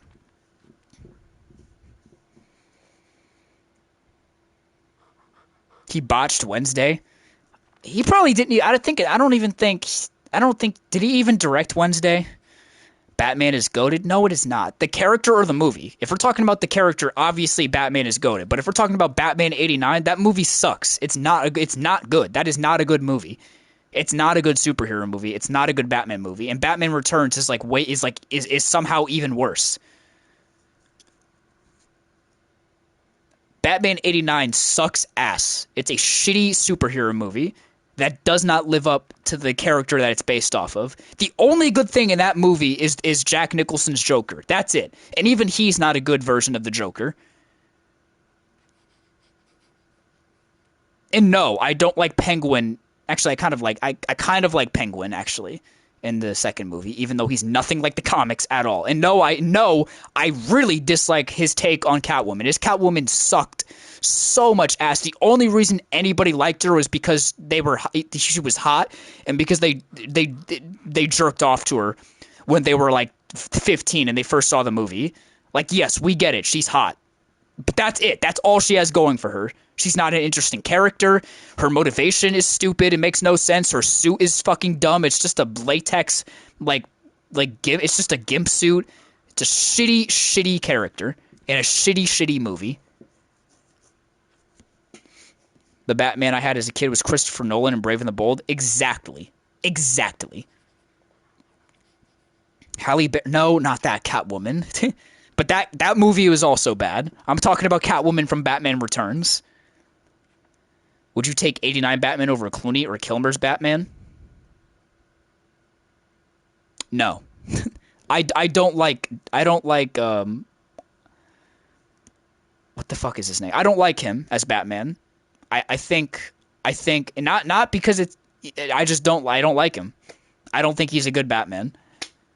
I don't think Bro is a good Batman. I'm sorry. Michael Keaton, that's it. I don't think Michael Keaton is a good Batman. Great actor, not a good pick for Batman. Hot take, Into the Spider-Verse is better than Across the Spider-Verse. I don't even think that's a hot take. I think a lot of people would agree with you. I don't agree, but I've seen a lot of people that say that, especially considering that Across the Spider-Verse is not a complete story. Into the Spider-Verse is a complete story. Across the Spider-Verse is one half of a story. You can't really judge Across the Spider-Verse as like its own film. We have to just wait until the second half comes out, until the third one comes out. Then we can say whether or not it's better. I mean, you know what I'm saying? Like Infinity War and Endgame are basically just one giant movie. It's kind of hard to judge one without talking about the other. Like I still think Infinity War stands on its own from Endgame pretty well, but also then you remember it's like, well, the movie just kind of, I don't know. Movies like that, I'm like, bro, it's just one giant movie. Infinity War and Endgame are just one giant movie. That's like 6 hours long. I think Zack Snyder Batman was the worst Batman because he killed, but I think he was a better Batman overall. I don't even agree with that. I've heard a lot of people say that like, oh, like he's shit because he kills, but at least he had like a good suit and at least he got like the personality right. I don't even agree with that. His Batman sucks in like every way. I don't think his suit looks that. I think his suit is kind of lame. Like it looks really stupid and goofy. I think he doesn't act like Batman at all. Like he doesn't come across like a detective. There's like no detective work in anything he does. I think he's actually too dark and edgy. Like there's no like light behind the darkness, you know? There's no light shining in the darkness. It's just pure darkness. Like he doesn't even seem like a hero. He acts more like the Punisher than Batman. He's completely cynical and has no sense of heroism to him at all. He doesn't even seem like a fucking hero. He's not a hero. He's an anti-hero. But Batman's not an anti-hero. So, yeah, Zack Snyder's Batman is just Temu Punisher. He's just a shitty version of the Punisher. He's literally not a superhero. He's just an anti-hero in a bat suit. Like I'm good off that. If I want a Punisher movie, I'll watch the Punisher. Or if I want to read a good Punisher story, I'll just go read the Punisher comics. I'm not trying to see a discount crappy version of the Punisher.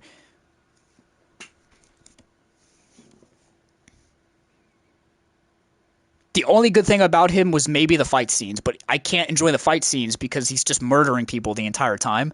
And I'm like, this is a cool fight scene, but not a cool Batman fight scene. He's literally like killing people and blowing people up and shooting people with machine guns.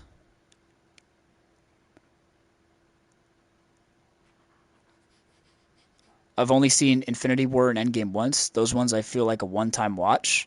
I've watched Infinity War a bunch of fucking times. That movie, that's one superhero movie where I feel like I could just watch that shit over and over again. That movie is like so engaging. That's like Infinity War is like one of the best superhero movies ever made.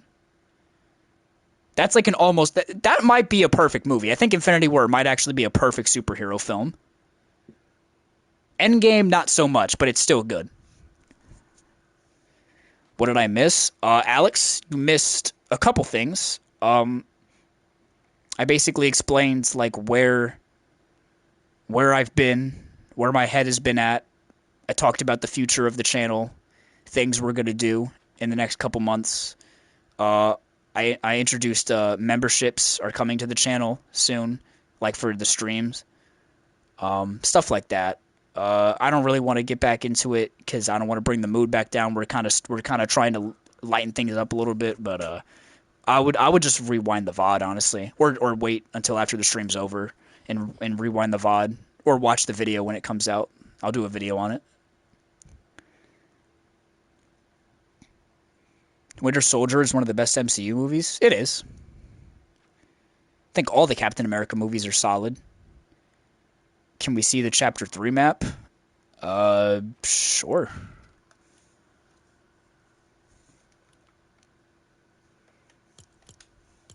Like, you want me to, like, load up the map while I talk? Is that what you're saying? This isn't going to be a long stream, by the way, guys. Like, I'm kind of low-key wrapping it up here. Because I want to get to bed at a decent hour. This was really just meant to be like a. Oh, I gotta turn on crossplay. This is really meant to be just like a just like kind of catching you guys up on shit. Actually, I think I'm probably gonna stream tomorrow. That Dark Souls playthrough is gonna continue tomorrow. By the way, I wasn't joking. We're starting that shit immediately. Immediately. I'm doing Dark Souls 1, 2, and 3. And yes, people have been asking me about this for months. Black Myth Wukong is coming, by the way. That shit is coming out. I'm so excited, man. I think you guys are really gonna like what I'm cooking up. I think you guys are really gonna like it. Even if you don't listen, even if you only play Fortnite, you've never played these games, I really do think you should I know this, like, obviously I'm gonna say this, but like I really do think you guys should consider giving some of my other videos a shot in like going forward, like some of the other games that I play. I really do think you guys are gonna enjoy it. I think you guys are gonna enjoy it. You know, I think you should consider tuning into the streams, even if you don't see Fortnite on the cover, on the thumbnail. I think you should consider giving it a shot.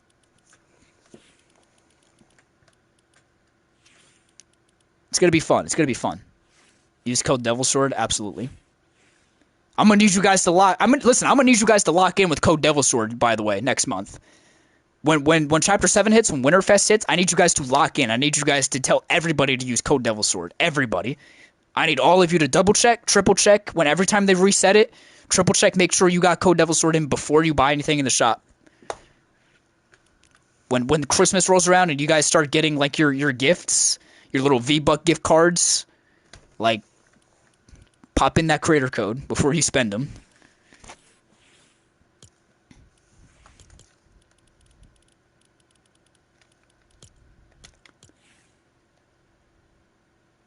Wait, let me turn. Can I turn Phil off?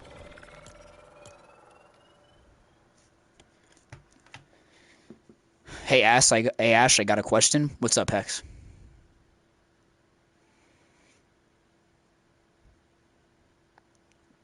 What inspired you to buy Deku, the skin? I like My Hero Academia. Have you seen One Piece? No.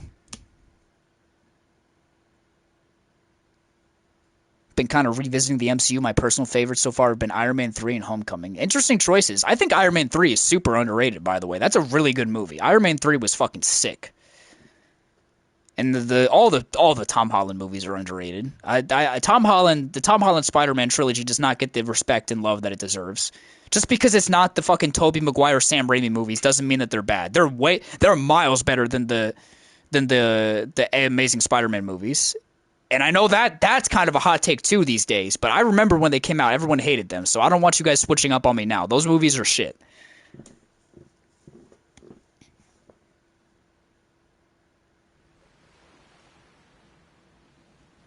What's everyone's favorite Iron Man suit? Mine is the Extremis suit from the comics. If you guys like Google that, like the Extremis suit, that's my favorite Iron Man suit of all time. I don't think anything will ever top that suit. That suit is like peak, like sci-fi armor.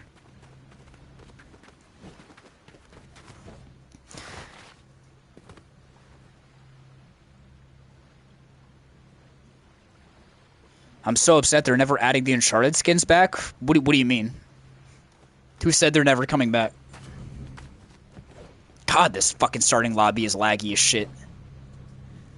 The Mark II is my favorite suit. Oh, like from the movie, like the silver one, like the prototype War Machine suit. Mine is Superior Iron Man. Superior Iron Man is pretty based. The suit, not really the character. I love the red and silver suitcase one. Ooh, the Mark V, I believe. I think that's the Mark V. It's based on the Silver Centurion suit.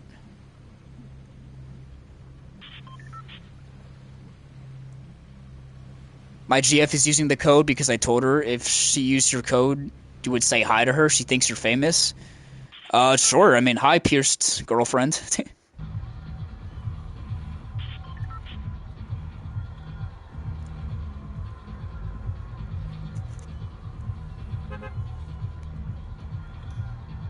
The Mark 27.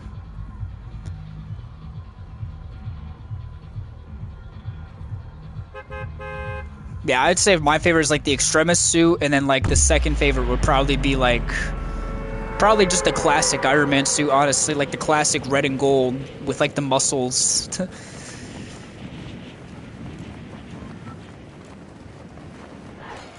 Sleepy Suburbs? That's not what this POI was called, by the way. Why did they... What? Am I crazy? That's not what this place was called. I literally have the Chapter 3 map on my wall, like a poster of it. That's not what it was called. It was called Sleepy Sound. Why'd they change the name? That's such a weird, like, Berenstein Bear, like, Mandela effect. Like, why'd they change the name? This map is way too big, by the way. This shit is so unoptimized. It was not called that. Right? Like, no, it wasn't. It literally wasn't. It literally fucking wasn't. They really thought they were slick. Why'd they... That's such a random change.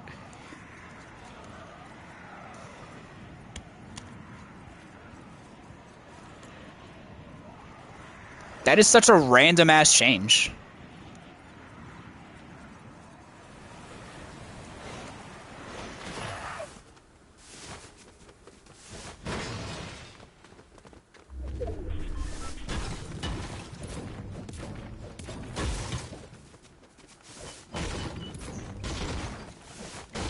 By the way, guys, I'm not gonna lie to you. I think Art the Clown might be my new main skin. I'm just keeping it real. Or at least one of them. I think I'm slowly moving away from the Kate Meowdy era. She's not retired just yet, but she's getting there.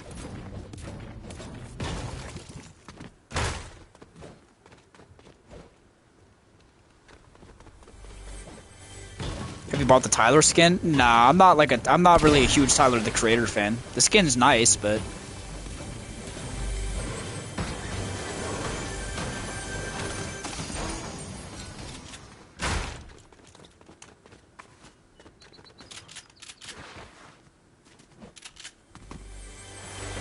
you need to make a budget Milo skin. By the way, I've been thinking about. I think I'm gonna change the. I think I'm gonna make Milo the face of the channel, Milo and Orb. I think I'm gonna change the profile picture for the channel soon. And also, there's gonna be Milo and Orb like sticker badges that you can get if you become a member. Just to give you guys an idea. They didn't anticipate the nerd with the Chapter 3 map on his wall to play their map. They should have. I am the #1 I truly think I'm the #1 Chapter 3 fan in the world. Like, I truly believe that. I don't think there's anyone on Earth that loves Chapter 3 more than me. I know everything about Chapter 3. Everything. I know everything. I know all the... Like, did you guys know that there's, like, an unnamed landing spot right here? It's this little house. And that was, like, actually, like, a really good spot. You know, during Season 2, when the blimp crashed, it crashed right around here. So and there was loot on it. You could land on the blimp and then rotate into this house. And then you could rotate from the house into this temple right here. Then rotate through this little, like valley right here. Do you know that this place is called Loot Lava Station? Implying that this place was going to be called Loot Lava, but they changed the name later on, before the chapter came out. To do the collab for Spider-Man, implying that the collab was actually slightly rushed. Bet you guys didn't know that shit.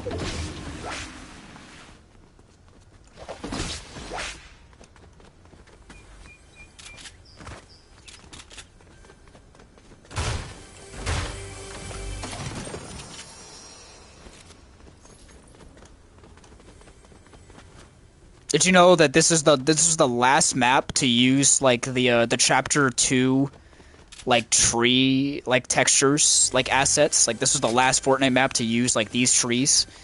Chapter 4 they completely overhauled like all the assets for like nature galleries. And we've been using like those assets ever since, with some changes made throughout like Chapter 6. There's 7 possible fishing spawns at the Seaside Restaurant. You looked that up. You looked that shit up. But yes, that's correct. Did you know there weren't actually, I could be wrong about this. I'm pretty sure there were not zip lines here. I'm pretty sure this was like an addition that they made in this version of the map. This is the last map made with Risky Reels. That's actually not true, because they had a version of Risky in Chapter 5. And if you count the reload maps, then we have a version of Risky Reels on the Nightmare map. Okay, these buildings were not here, by the way. This is like the castle building from... Well, this is kind of a cool addition, though, actually. This is kind of based. I actually fuck with this change. This is a cool change. It's kind of a cool change. They turned it... Oh, I see. That's why it's called Starry Suburbs, because it's supposed to be sleepy. I'm sorry, that's why it's called Starry Suburbs. Wow, I just said the same shit twice. It's called Sleepy Suburbs because they turned this half into Starry Suburbs from Chapter 1. That's actually really base. I actually fuck with that change. That's cool.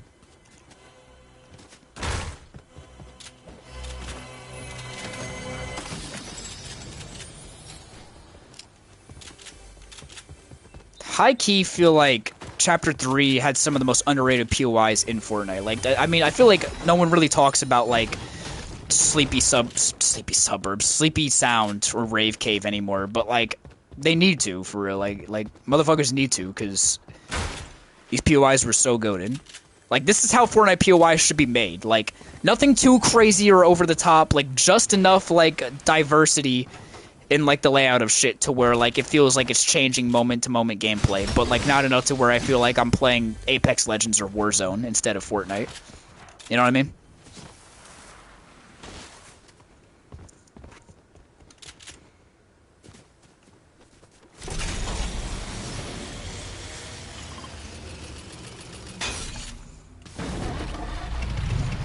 Who do you think would win in a fight, Milo and Orb or Mordecai and Rigby? I mean, I'm biased, obviously. Well, actually, no, I'm going to say Mordecai and Rigby, actually. I was going to say Milo and Orb, but Mordecai and Rigby have, like, Toon Force stuff going on, where they can just, like, defeat, like, yeah, they're cartoon characters, so the answer is Mordecai and Rigby. If we're ignoring, like, the obvious and blatant Toon Force, then the answer is Milo and Orb. What the fuck is Orb gonna do? Orb is way more competent and capable than you think he is. You just haven't seen that come to fruition yet. I mean, let's not forget, he is a genius inventor. He's low-key like Valaxia's version of Rick Sanchez. He's not as smart as Rick, but I mean, he's pretty intelligent. And he's aware that, like, he's incredibly, like, weak. So he makes up for that with, like, some crazy, like, modifications and cybernetic enhancements, augments. Ash, I have a question. Let's hear it. If their job is on the line, Mordecai and Rigby solo the verse? Oh, absolutely. Mordecai and Rigby could easily solo the Valaxia universe.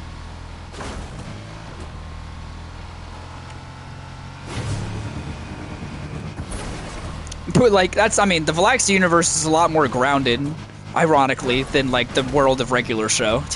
Even though it's, like, a goofy, semi-goofy sci-fi world with, like, aliens and, like, cybernetic mods.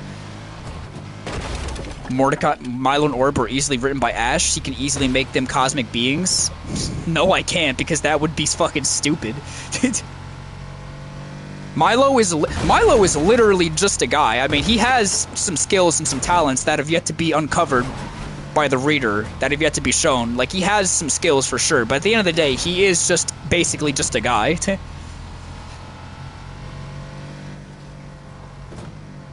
I mean, he's, you know, somewhat muscular. He's in shape. He's in good shape. You know, he's not like a pushover. Like, I know for a fact that Milo could, like, beat my ass in, like, a fist fight. Can they at least beat Homelander? What, Milo and Orb? I mean, yeah, I think so. Only with Orb's, like, intelligence, though. Like, I mean, it would be a rough battle, but I think they could. Because Orb is way more intelligent than Homelander, so he would be, like, 10 steps ahead of him. And he would, like, know all of his weaknesses before they even go into the fight. Prep time. What the hell was that? How did they even get this effect on screen? Like, that's such a cool attention to detail. Shit like that is just what, like, makes this map for me.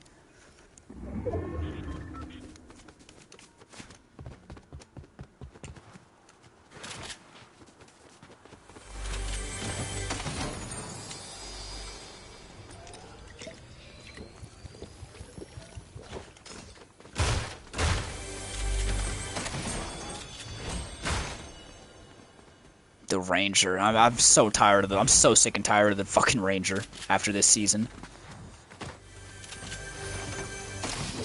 I don't ever want to see this gun again. I don't ever want to see it again.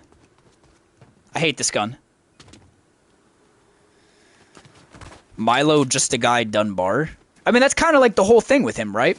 He's seemingly on surface level, he's just a regular guy being flung into this crazy fucking cartoon, like not semi-cartoony, like wacky alien world that he's completely a fish out of water in. But then as the series goes on, like we're progressing more and more, and we're realizing as we progress that like there's a lot more to his past than he initially lets on, and maybe he's not as normal of a guy as he initially seems.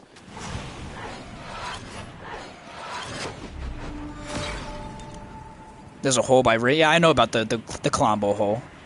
Where are Milo and Orb from? I searched them up, and I got this. Milo and Orb are the protagonists of my webcomic.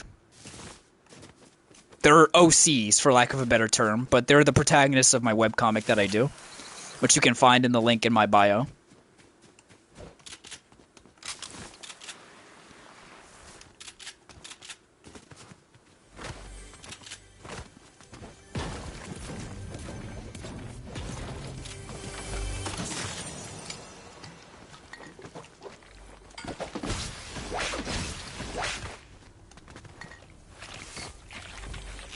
Every character is an OC? Yeah, I just don't like the word OC. I think it's cringe. Making an OC is not cringe. I just think calling your character an OC is cringe. Like, just call him a character. Like, obviously he's an original character, bro.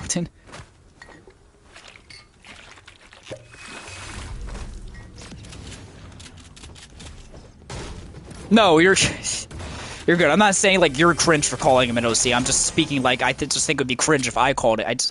It's not even really that. It's not actually cringe. I'm just like I don't know. Like I'm just like being stupid. It's just like a weird pet peeve I have. Not gonna lie, Ash, I do voice acting, so if you ever want to stop voicing your characters, I'm here if you want. I'll keep that in mind.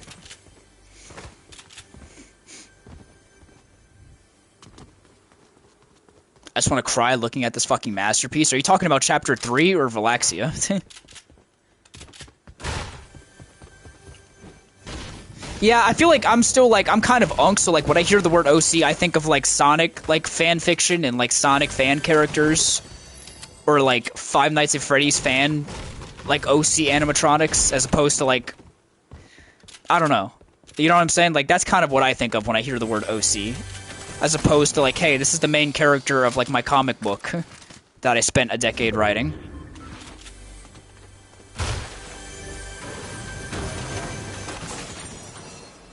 I think the grapple gloves are in this map.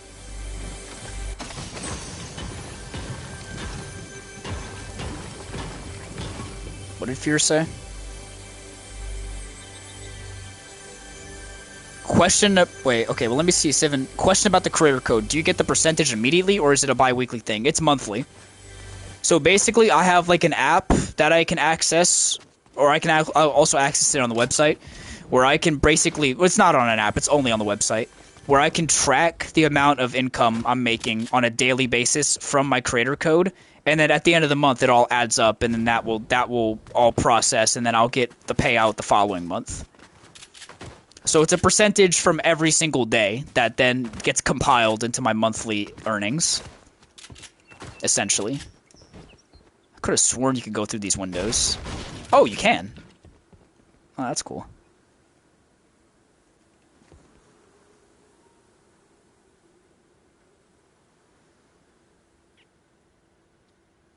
Do you think Orb can win against Jerry Rig from Ben 10? Bro, I don't fucking know. I don't even know who that is. I only watched Ben 10, Ben 10 Alien Force, and Ultimate Alien. I don't know any of these new age characters.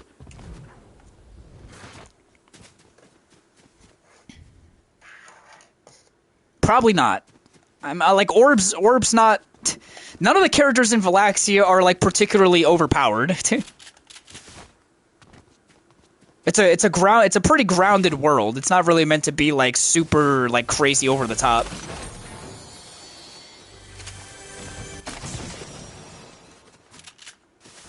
Orb is not. I'll say this: Orb is one of the most intelligent characters in the Valaxiaverse. He is not one of the strongest, even with his inventions.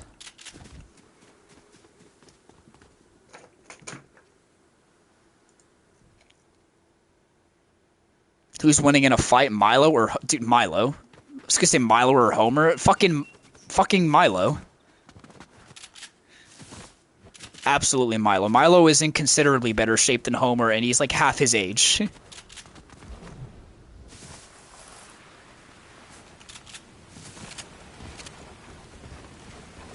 And Homer doesn't have like crazy Toon Force powers like Mordecai and Rigby. Homer's actually The Simpsons is actually pretty grounded.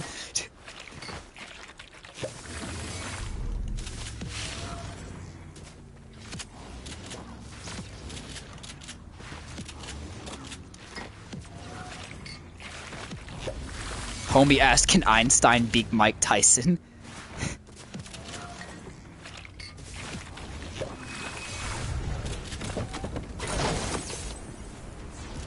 I don't know what I'm doing. I don't know when I'm gonna end this match. What are you playing? I'm just dicking around on the Chapter 3 map.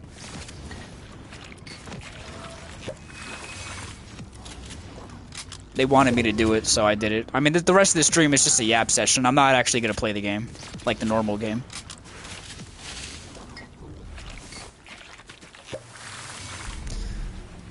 How do you imagine Milo Orb sounds like to you as a voice? This is something I'm going to answer in the Q&A, but I'll also just answer it now. I have voices. I have voice actors that I wrote years ago for who I would want to play Milo and Orb. I do have voices that I have in mind. I would want Milo to be voiced by either Aaron Paul or Jason, or no, sorry, not Jason, Patrick Fugit. And Orb would be voiced by Don Cheadle. Those are my castings for Milo and Orb. And also the voices I hear in my head when I write them. I also think I could do a pretty good Milo, but, I mean, I would prefer, like, an actual actor. Hoping for a DC mini-season? That'd be kind of cool. DC needs some love in Fortnite. DC is like the only like IP that I feel like genuinely hasn't gotten enough glaze by Fortnite. Well, yeah, like the only major, like I feel like they deserve it and they haven't gotten it. Sony walks up to you and says, "We want to make a Valaxia movie. Would it be in canon? Hold on. Would it be in canon or would it be a reboot of the series?"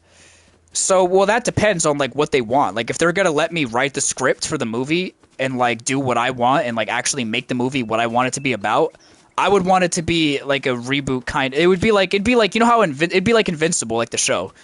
Like you know how the show of Invincible is basically just a retelling of the comic but like slightly different for like TV and like improved with like better writing and like better shit. That's what I would do with Valaxia. I would just redo like all the old stuff I did, but I would just do it better. I started writing Valaxia when I was like 15, bro. Like some of those early issues are like rough. Like they're rough to get through. If you could just push past that, like I promise you, it's worth it. What else? Don Cheadle, Mr. Recycle himself, yes. I already said Jax is my go-to Valaxian. My mind won't be changed unless Ash writes otherwise. If you're a Jax fan, Sivan, like you're really gonna like some of the stuff I cook up like later on. Every character in Valaxia has like a story arc that I've already like that I planned. Like every character's gonna have like their moments to shine, and Jax has some really Jax and Maloa, both of them have some really exciting stuff planned in the future. Jax is like a very personal character to me as well because he's sort of meant to represent like the neurodivergent community, like the autistic community. And I'm autistic, so obviously like that's something I take very seriously. So like Jax is a character that he doesn't show up a lot, but that's just because when he shows up, like I like he's like 20 times. Jax is the hardest character to write in the entire fucking series. Like Jax is extremely difficult to write because I want to make sure I get it right. I feel like in the early years when I was writing him, he was meant to just be like the dumb one, like just the dumb dog character. But obviously, as time's gone on, and after my autism diagnosis, I've realized like I've learned a lot. And now it's like I don't want to portray him as that. Like he's not stupid. He's a little stupid. He's a little dumb. But like, it's more so that he's like socially awkward, and it's hard to explain. You can't really explain neurodivergence, or at least I can't. It's one of those things where you just have to hopefully like you can just read it and you like understand what I'm going for.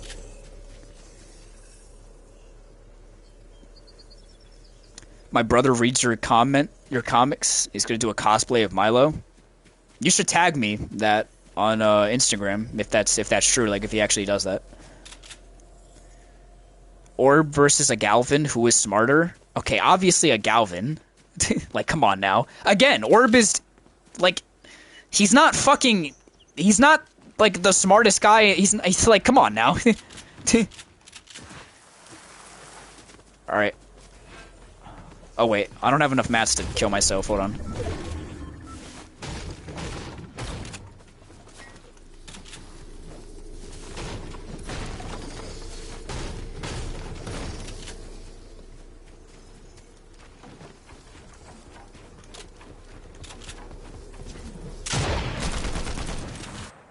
I was about to say, how did I not die from that?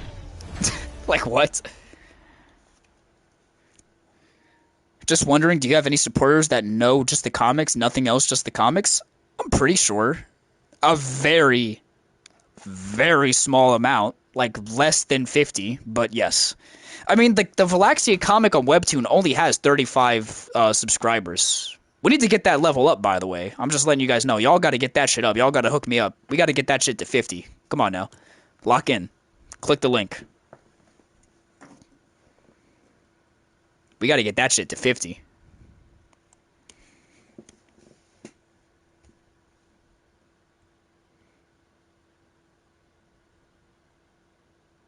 I have a story created in 2005 to 10, and in 2024 decided to remaster the idea and already created 15 phases books for it. So my thing with that is, like, that's definitely great to go. That's not a bad idea to go back and remaster old shit. Just understand, like, I would say for me, like, the biggest thing with me is trying to focus on the present. So, like, you can plan ahead, like, 85 books in, like, a giant saga that's going to span, like, 20 years, right? But at the end of the day, I feel like that low-key kind of inhibits you from being able to just sit down and write the shit right then and there. You know what I'm saying? I remember I was watching a video from a writing guru, and he basically said, stop planning shit out for 85 years ahead and just sit down and write the fucking book.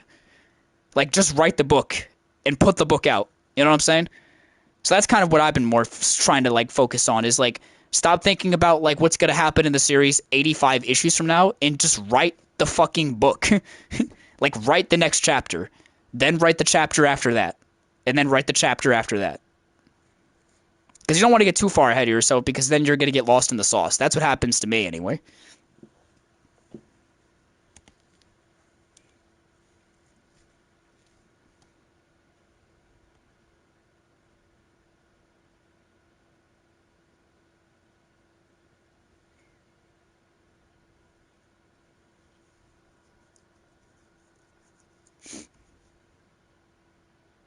Watch the horrible 2018 Predator movie to see how not to write neurodivergent characters. That's my biggest thing is, like, trying to, like, not write my neurodivergent characters as, like, the worst possible, like, fucking archetype. And it's hard. I mean, like, it's really hard. Like, I mean, neurodivergent... I barely even understand my own autism, let alone, like, someone else's. You know what I'm saying? I just try to base it off of, like, what I know and what I've experienced, and I just try to go from there.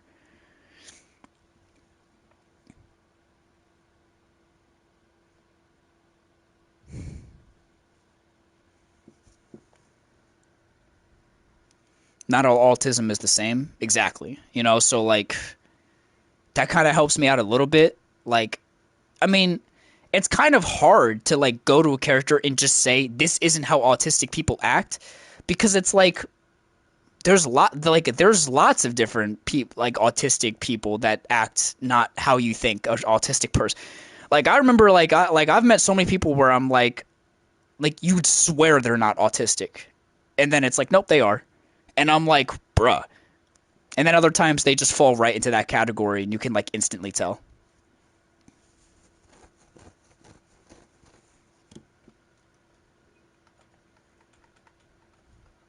What are the worst archetypes of neurodivergent stereotypes? One of my big pet peeves is when they write neurodivergent people as just being stupid. Like, just straight up being stupid. Like, they're idiots. Like, they treat them like they're, like, special, like they're mentally handicapped, you know? Like they're special, like they're special ed. Like they don't know how to read, or like they don't know how to, like, I don't know. Shit like that kind of annoys me and bugs me. That's one of my issues with like Drax in like the Guardians movies. Like I can't stand the fact that he's just a complete dumbass from beginning to end. Like he's genuinely fucking stupid to like a cartoonish degree. Obviously, autistics, we have a lot hard time understanding and grasping certain concepts, but it's not because we're stupid. It's just like it's just hard for us sometimes. Oh yeah, or it's like the complete opposite where they're like a complete genius and they're like they're really awkward, but they have like an extremely gifted mind. You know, where they're like a fucking super genius that can like solve every equation on Earth and they're like smarter than Einstein. I think that's kind of annoying too, because I mean, the autistics I know aren't that fucking smart. Jesus, I'm not that smart, so I can't really relate to that. You know what I'm saying?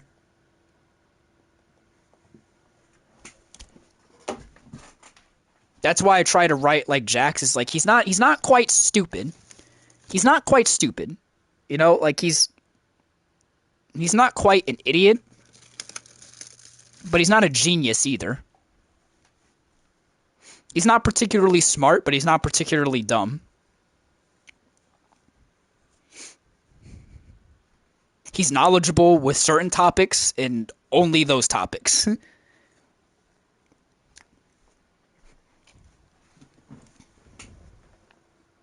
I already wrote 80 pages. If I don't plan ahead, I end up not knowing what to do. Since I planned everything, I know where each piece of it.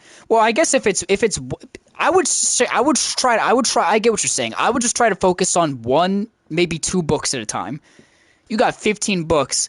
I don't think there's any reason for you to be trying to write 15 books at once. I feel like that's way too much. Like that's going to make it harder for you to be able to like focus on getting each book out when it needs to come out.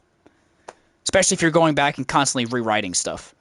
Have you seen Terrifier yet? Me and Amanda did watch Terrifier a couple days ago. I loved it. It was so bad.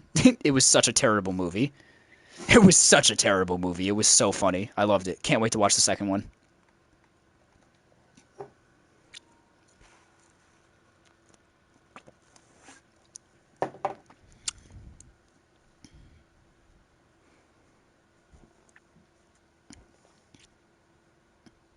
Favorite kill in them? You know which kill was my favorite.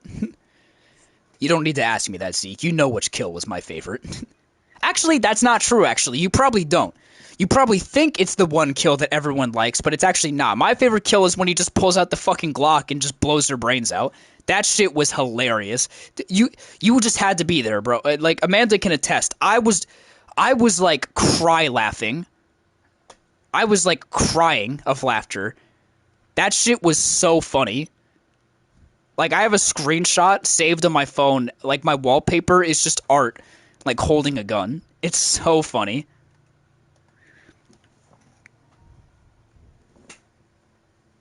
I think it's just like the no theatrics. We go from like the most over the top theatrical kill ever to just okay, I'm over it. I'm just gonna pull out a gun and shoot you, and then I'm gonna trip, and then I'm gonna not double tap, not triple tap. I'm gonna quadruple tap you in the forehead.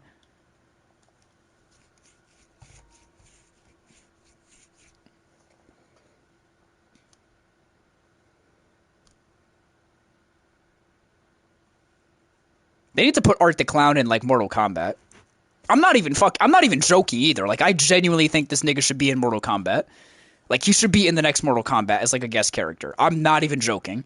I'm not even trolling. I'm dead serious. I'm dead fucking serious.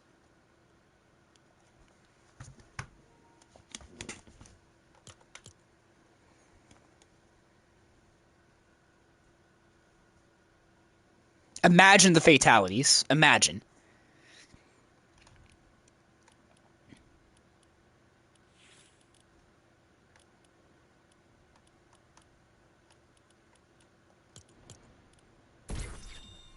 Play some Blitz to close off the stream, I think. There's a lot of silly characters they should put in MK. Yeah, but Art is like he needs to be in the next game. Like he needs to be in as DLC. Ash, can I say I've been liking Rivals other than when I was playing a quick play match, three people swapped to Lord characters, but I like the game and they just released Gambit and he's so interesting. I haven't played Rivals in a little bit, but like Gambit does look pretty cool. I'm just waiting for them to add I want to try Daredevil out. I'm waiting for them to add Bullseye. Like, I need them to add Bullseye. I need Bullseye to be in the game. Bullseye is like one of my favorite Marvel villains. I want to play as Bullseye so bad. And just shit on Daredevil players.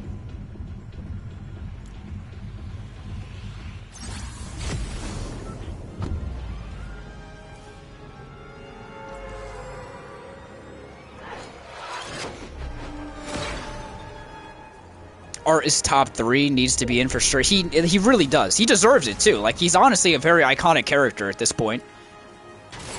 He's like one of like the most. I feel like he's one of the most iconic horror slashers to come out in the last like 2 decades. I feel like he stands apart very well from the other characters that we've had in horror.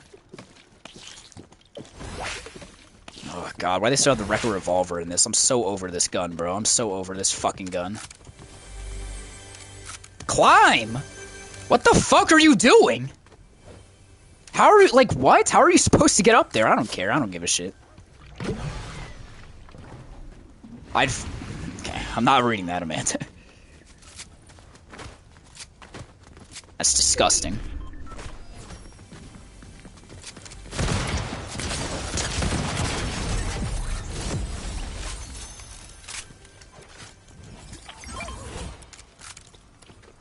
Why did they remove medallions from this mode? Wasn't that like the whole point?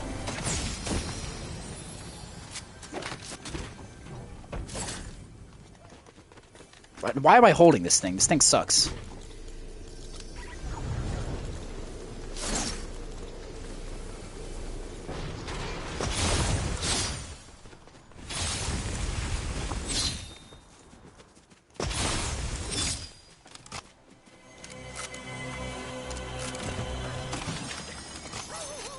I know the Havoc pump is better, guys. I know. I just think the Sentinel looks cooler. I know the Havoc pump is better. I know. Nobody knows that more than me. Relax.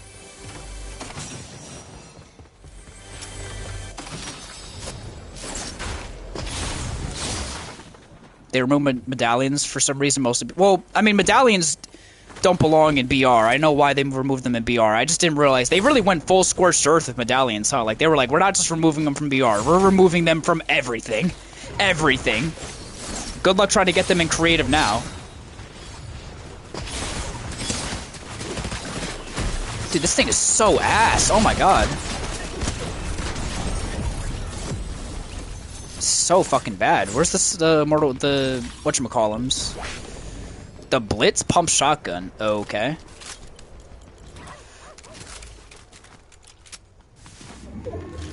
Fuck it, we're getting weird with this loadout.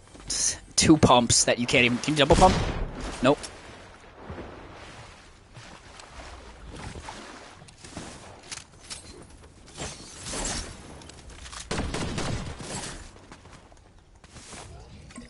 I don't know if this guy's real. I don't think there's a real player in this lobby, but... Oh, wait, he's crouch walking. He might be...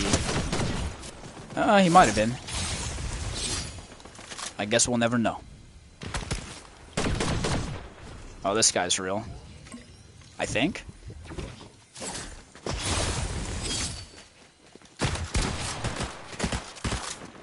Let me shoot the gun. Like, holy crap. Nah, he wasn't real. If he was, then he was ass. Oh, yeah, absolutely.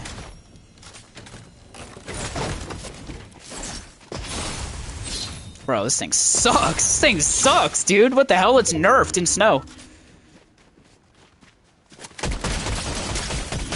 What a disgusting weapon. Can you guys believe this shit was actually in BR for a period of time?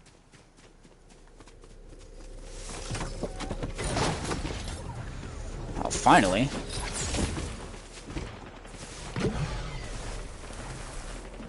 I low-key think they killed Blitz. Like, I feel like there's no variety in the loot pool right now.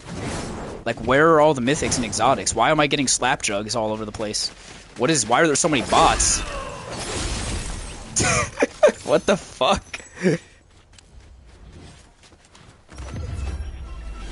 Okay, sorry.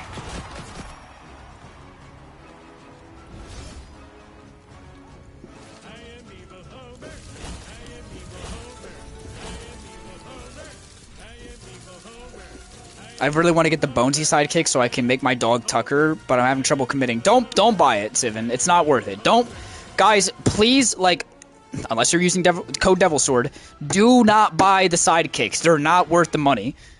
They're not worth it. Epic's out here shoving these things down our throat, and for what, bro? Like, they're not worth it. They're not worth it. They're overpriced, and you don't get many customization options. The only reason I have Bonesy is because I got him for free, because I have the pet back bling. Because I'm an OG. That's the only reason I have him. And I customized him to look like my dog. That's it. Like, I wouldn't have bought... Don't do it. Don't do it.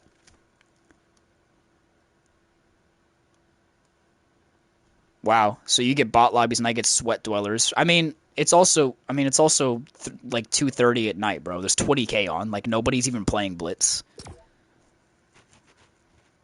I get bot lobbies in Blitz because nobody plays the mode. There's no players. I'll do one more. Made my banana dog fat and I called him Ashton Jr. That is, she did do that, yeah. We had a child. Can you look at my previous message before ending stream? Channel activity.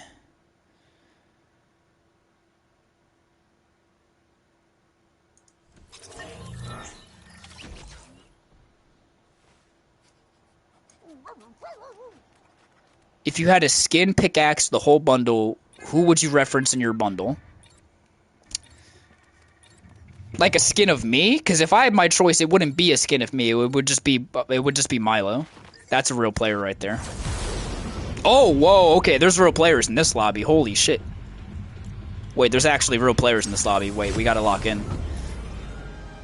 I don't know. I don't know, Fear. I'll have to give that one a little bit of extra thought.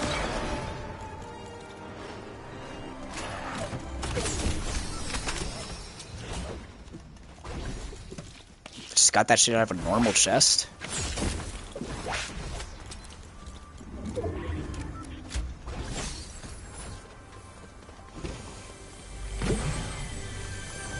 Oh, like a locker bundle? If I got a locker bundle, I have thought about that. If I had a locker bundle, I'd probably put like I'd put Kate Meowdy in the bundle for sure.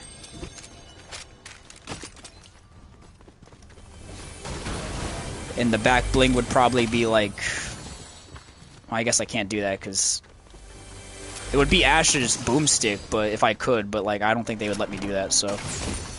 I'd probably do like the John Wick, but I guess I can't do that either because that's licensed.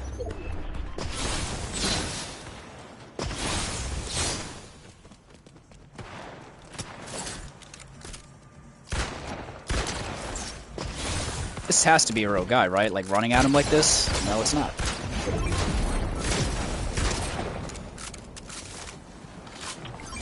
Stop giving me so many slap jugs. Holy fuck.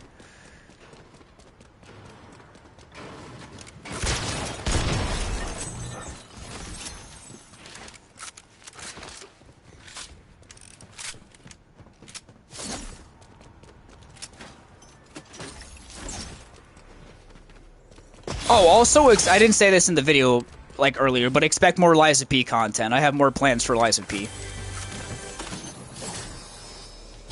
I'm gonna be replaying the game again in December. December or January. During the winter time.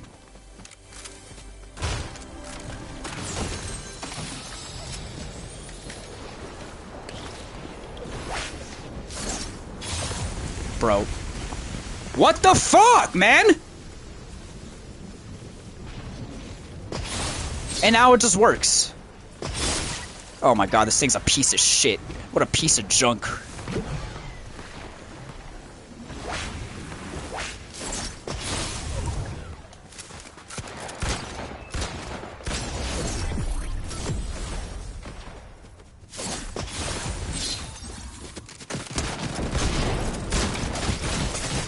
Okay, we get it. And then I get killed by a bot. Nah, we're doing one more.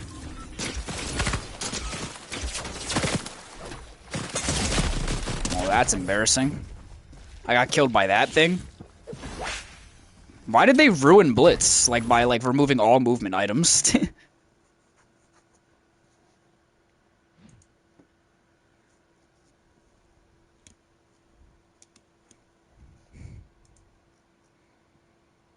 Have you seen the Scream 7 trailer? I don't care about Scream. Like, at all. I just don't. I honestly just don't. I like the first one, that's it.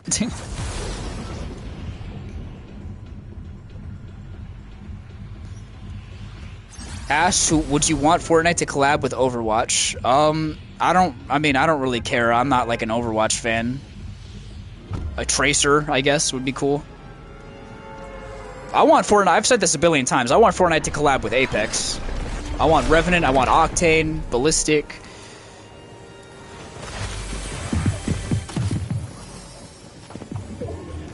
That was a real dude for sure that landed on my forehead.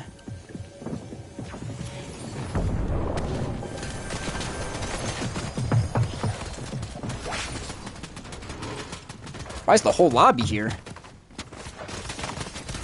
These guys teaming?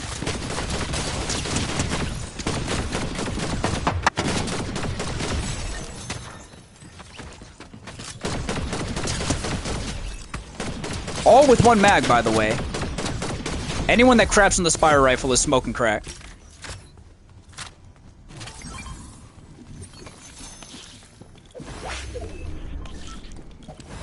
Apex skins in Fortnite may be the final nail in Apex's coffin? Nah, I don't think so, but that is pretty funny that you say that.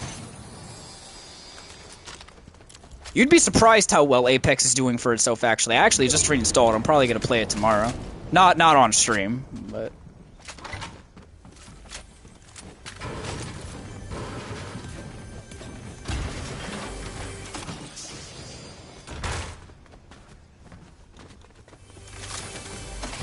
How would you guys feel about a Battlefield RedSec video, by the way? Because I already played it. I already have the footage ready to go. I just need to know if you guys are actually gonna if that's something you guys actually want to see. I'm not saying like I'm gonna do more content on it after that. I'm just saying like just one video. Like how would you guys feel about that? It's pretty fucking funny. The video is pretty fucking funny. Like I haven't laughed that hard playing a BR in a long time. That BR is hilarious. I don't think it's very good, but it is really funny.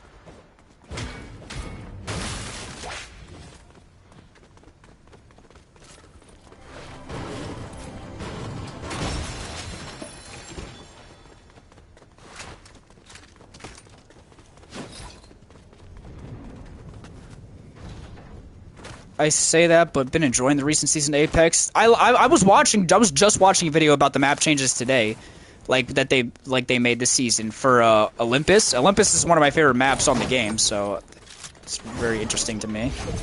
Might have to check that out. They like fully updated Olympus. Sure, why not?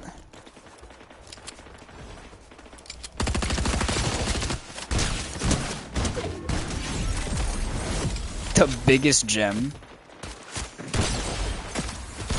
Why would it replace my weapon like that? Like, who told you to do that? Oh my god, I can double pump this? Oh, hell yeah.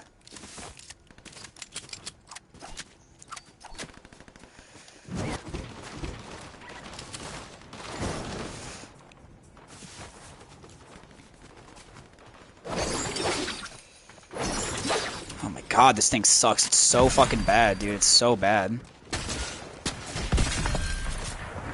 Like, I hate the Mortal Kombat weapons. They're so ass.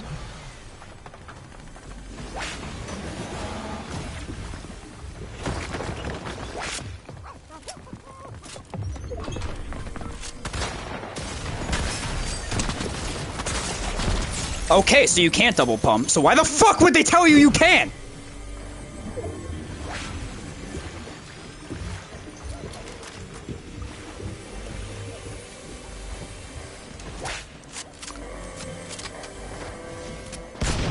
The fuck? You just can't double pump?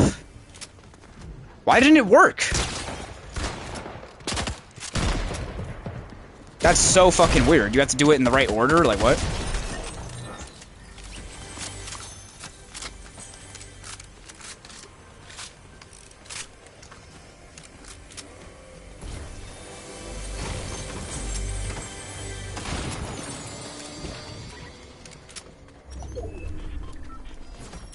It's actually a surprisingly engaging game that I just played here. Why do I still have this stupid Mortal Kombat crap in my inventory? Get rid of this. Let me slap instead.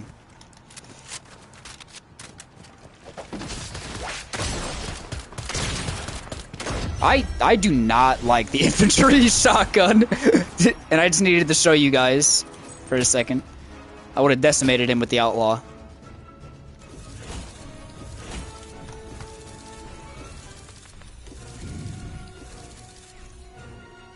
Got a skin, an icon skin, a back bling pickaxe wrap. Where would you put your reference to one of your characters? Okay, well, if I'm doing an icon skin, I'm not referencing Valaxia.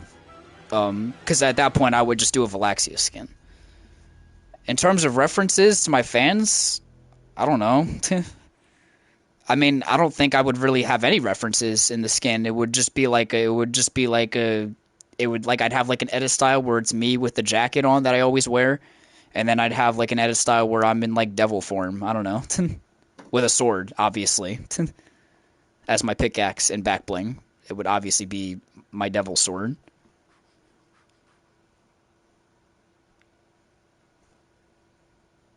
Maybe I'd have like an emote. I guess for a reference, I'd have like an emote where like you pull out a gun and you try to shoot it and it doesn't fire, like it jams, as a reference to like let me shoot my gun.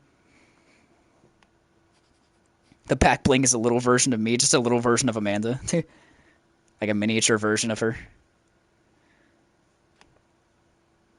Sorry for asking again. Am I the only one that mains the Rekka revolver as a shotgun? I mean, no, because in that season, everyone was maining the Rekka revolver as a shotgun. Thankfully, that season's over, and we've left that piece of Fortnite behind us.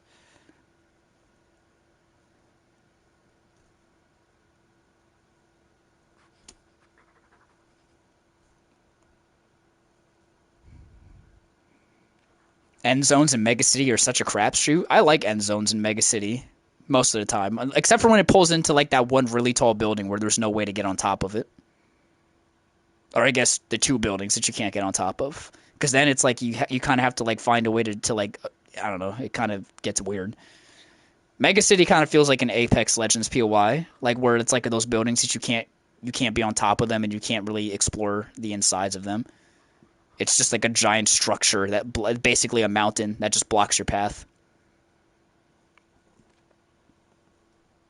For all you guys that play Apex, like all like three of you, like which map is your guys' favorite? Mine is okay. Obviously, mine is World's Edge. That's such a boring, safe pick.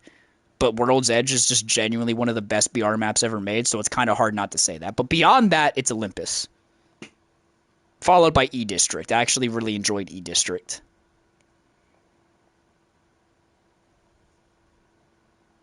Kings Canyon can suck my ass. Kings Canyon fucking sucks. And Storm Point is genuinely one of the worst maps I've ever played for a BR. Not just in Apex, like just in general. Like I wouldn't play that map on any BR.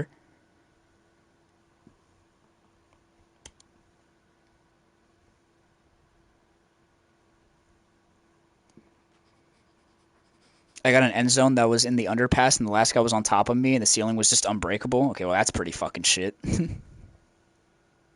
We getting a video and streaming tomorrow? I'm probably gonna stream tomorrow, yeah. Actually, yes, you're right, because there is a video coming out tomorrow. I already set it up, yeah. Reload video, old footage. Um, yeah.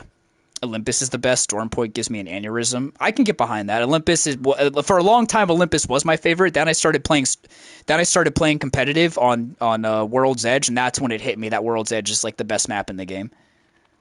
Now I kind of low key don't fuck with Olympus as much, but now that because I got into competitive, but now that they changed it, maybe to make it like a competitive map, maybe I'll enjoy it more, and it'll go back to being my favorite. And yeah, Storm Point is so fucking bad. That map is so bad. That map is. I can't believe that there's people that actually like that map. That map is so fucking bad. It's so bad. I don't know what they were thinking with that map. It's not fun to play on competitive. It's not fun on. It's not fun in pubs. It might be the worst like pub match quick play experience I've ever had on a BR map. That's not true actually, because like every Warzone map is still worse. Like, you think the Chapter 6 map is bad? Wait until you hop on fucking Storm Point, where the whole map is just a giant hill.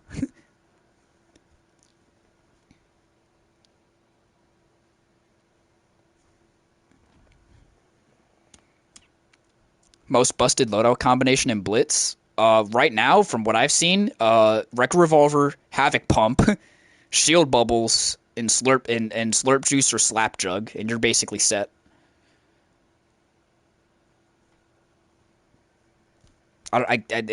Yeah. I mean, like the Havoc Pump combined with the Wrecker. I mean, you're basically unstoppable. Here's a tropical map that's 90% mountains and cliffs you get stuck behind. I don't know what their obsession is with, like, the giant mountains. It's, like, way worse than Fortnite, because the mountains in Fortnite, at least you can actually climb over them. In Apex, if there's a mountain in front of you, you don't have any options. You gotta either just go around or use... Maybe if you're lucky, you can use a jump tower, and it will actually get you over the mountain. Or, like, a Valkyrie ult. Otherwise, you're just cooked.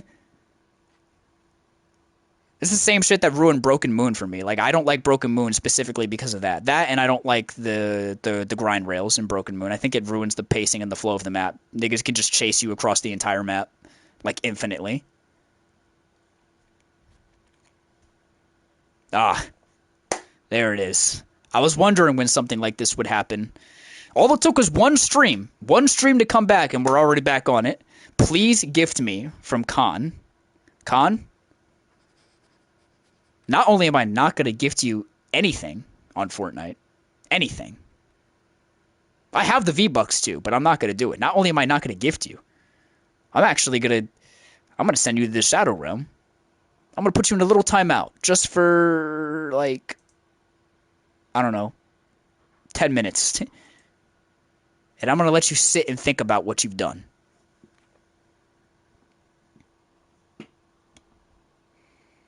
My loadout is usually Wrecker Revolver, Flapjack or Collateral, Twin Mag, Outlaw, or Havoc.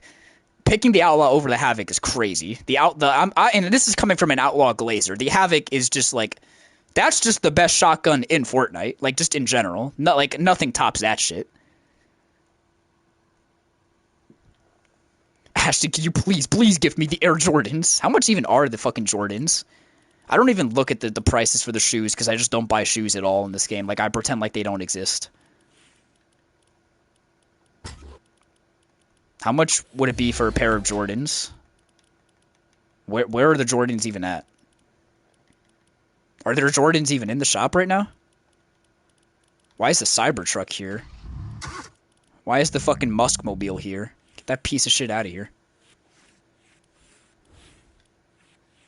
The Jonas Brothers, when did they get added to Fortnite? Man, ain't no fuck. Oh, there are Jordans here. 800? I mean, that's better, but that's still pushing it. And then 1,000 for these. These are fucking ugly, dude. These Jordans are so ugly. These ugly ass Crocs. If you wear Crocs, I need you to unsubscribe from the channel. You're not welcome here. I'm just joking.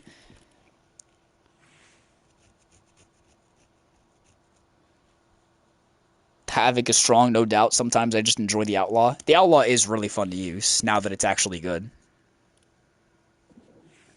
It was looking rough for a while there. Like when it first came out in Lawless, like that gun was really fucking bad. It was really bad. Like genuinely like a top 5 worst shotgun of all time. You're not gonna like what I'm wearing, babe. Look, I can forgive it. I mean, you know.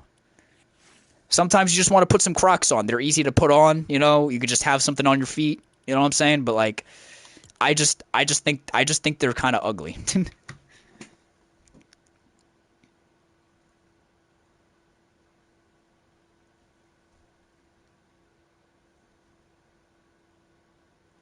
Let me get a burger. Homies really tried to order something. Got the mythic lead spitter in Blitz, and I thought it was Brutus's minigun until I picked it up. Yeah, and you picked it up and you realize that it's not even half as good as Brutus's minigun, and it's actually a huge piece of shit. Brutus's minigun is fucking busted. The lead spitter, not so much. Only kick I spent money on were the llama stompers because I wear boots IRL. Yeah, like I want them to add more boots into the game. I like boots. And where are the Tims?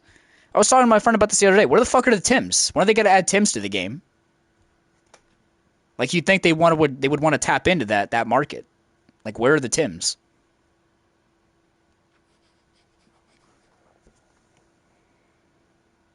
I got some pretty sweet Crocs. My wife and I have matching yellow from when we were dressed as Mickey and Minnie. Okay, well I mean, that's just cute.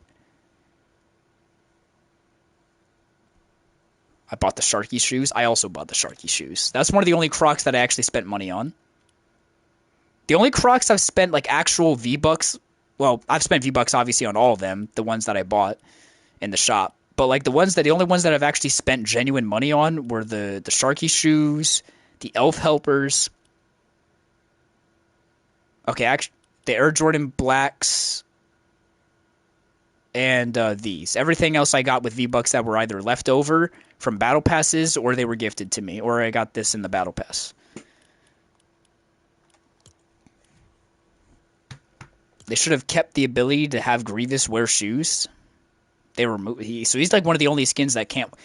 I'm curious actually, how many skins are not able to wear shoes?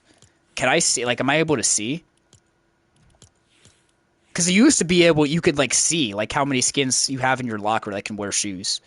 I don't think they. I think they removed that though. Cause I don't even think you can see that. You have the option to see that anymore. Oh, these actually match art really. Wow, these match art really well actually. I still think they look stupid on him. I just don't like the way. I just don't like the way the shoes look on most of the characters. Like it either makes their feet like way too small or way too big. I don't know. Something just looks off whenever I put shoes on my characters. This is kind of why I stopped buying them. Like even with V-Bucks left over, like they just never. They just look weird.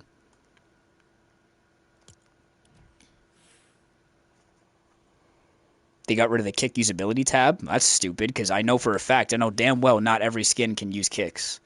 So what, now I gotta fucking look it up?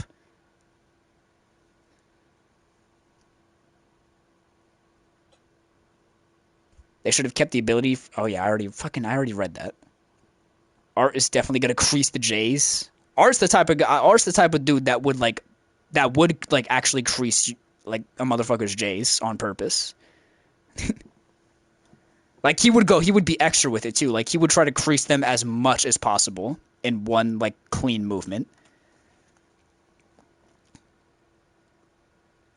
This is random, but if they ever did a Puss in Boots slash Shrek collab, they should make his boots like kicks that you can like buy and wear. That'd actually be so sick. Imagine you could wear the boots from Puss in Boots.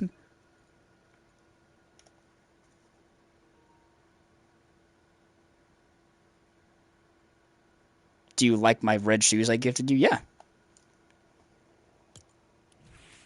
I like the shoes. I just don't like spending. I just don't think they're worth like money most of the time. What the fuck? Wait, this looks goofy as hell. Wait, hold on. Wait, Fear might have really hooked us up. Hold on. Wait, this looks so goofy. It like covers up the. Oh, that's sick. Oh wait, hold on. I think we're cooking now. Wait, Fear. I think Fear just hooked us up. I think he actually just hooked us up with these shoes. Yeah, I think Fear just hooked us up. I think we're gonna make that the fit for art.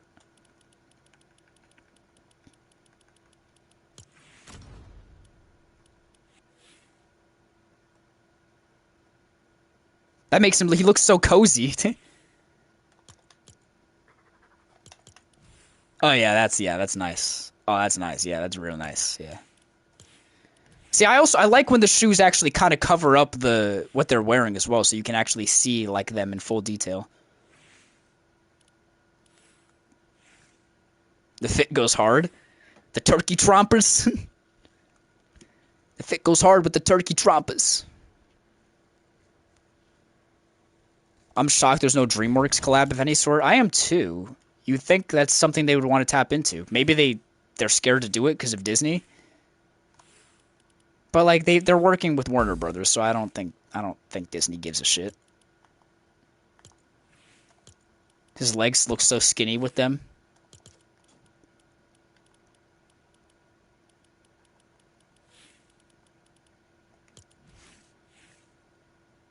I mean, Art's a pretty skinny guy. I mean, we watched the movie. He's pretty skinny. Gross. I'm back for the third time. Welcome back, Lydia. I need Shrek in the game yesterday. See, the thing is, though, guys, if they ever do Shrek, you know it's going to be the version from Shrek 5, the one that's coming out. Like, it's going to be the crappy version of Shrek. It's not even going to be, like, the cool-looking version that everybody likes. I don't think DreamWorks would give a shit if they had Shrek running around with an AK, personally. I feel like DreamWorks doesn't care. DreamWorks is pretty edgy. I high-key feel like we need to get a bad guys collab. The Miss Fox, like the Fox character. I'm just saying. I'm just saying. You know. We all know.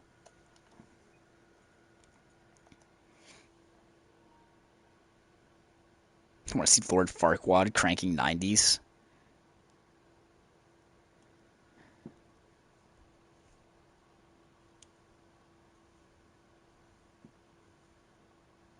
What does Kate Mowdy look like in the shoes?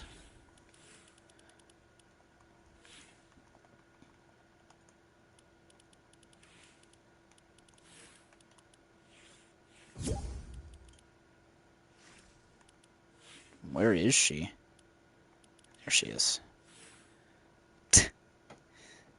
Looks fucking goofy. Shit looks goofy as hell.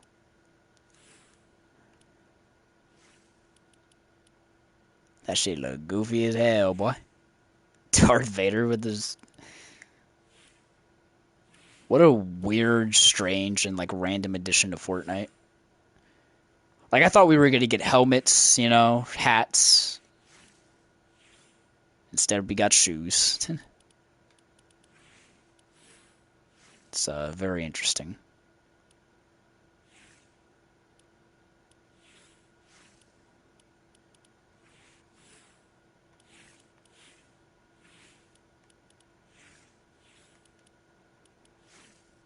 I fucking hate the noise that this game makes when you're swapping, like, with the skins. When they spawn in. It's actually the most annoying noise I've ever heard.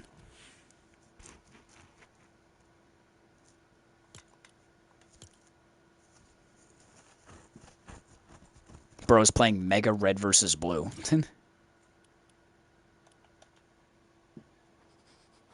I still can't believe I don't have any Spider-Man skins. I still can't believe we don't have Toby, like Toby Spidey, like the Raimi suit, or Amazing, or Andrew Garfield. Can they please add them? I want to play as Toby. I want to fucking play as Toby, and I want a black suit edit style.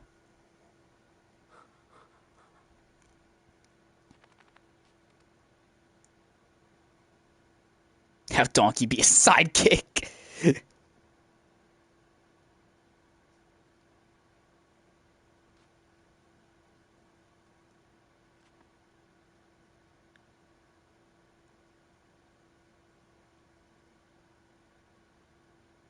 You're good, Lydia. I just want the Punisher in Fortnite. I do too. I was really hoping we'd get a Punisher skin during the second Marvel season. I just don't think they want to do it. I just don't think they want to do it.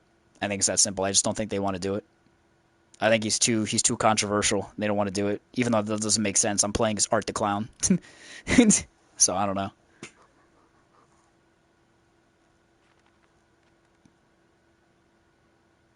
I'm literally playing as Art the Clown.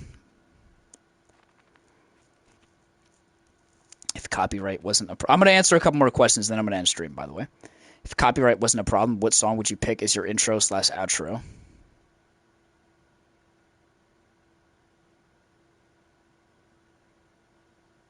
Ask me later.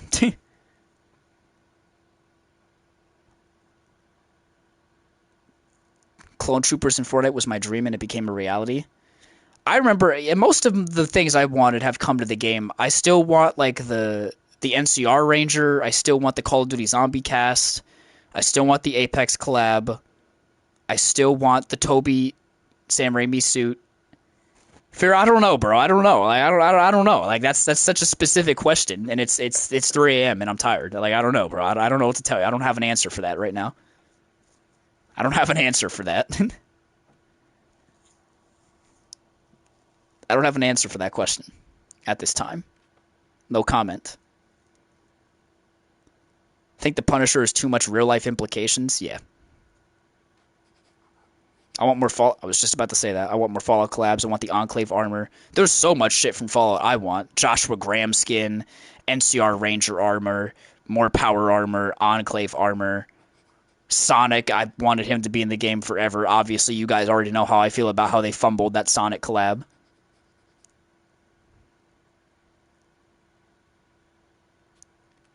Guess I don't exist. That's fine. I see you, Shadow. I see you. Disturbed for the next Music Pass. I don't know. I'm not familiar with that group. I'll happily accept Bayonetta. If Bayonetta gets in before Devil May Cry, I'm gonna be so fucking pissed because Devil May Cry has been like in like the leakers have been talking about a DMC collab since Chapter 5, and we're about to be in Chapter 7. So if Bayonetta comes in first, I'm genuinely gonna be fucking pissed. I'm genuinely gonna be pissed.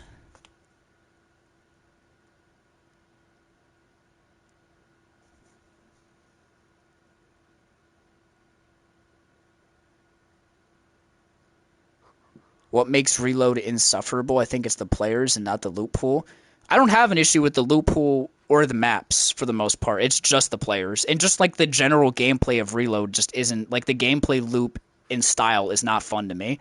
I don't like having to refight the same dudes over and over and over again. I don't like how like everyone is just W keying constantly. No one ever plays to win. Everyone just runs at you like a fucking zombie on crack. It's obnoxious. It's like way more sweaty than the normal game, which I think is weird because it's supposed to be like the casual friendly game mode. Everyone's super toxic on there. Like it's like the most toxic game mode in the game easily. Like dudes will literally kill you one time and then like unload an entire mag into your body for no reason and like proceed to spam 55 emotes on you. And then if you when you respawn, they'll spend the rest of the game trying to chase you and kill you over and over again for no reason and just make it like their life mission to kill you again for no reason, like just because they're a fucking bully.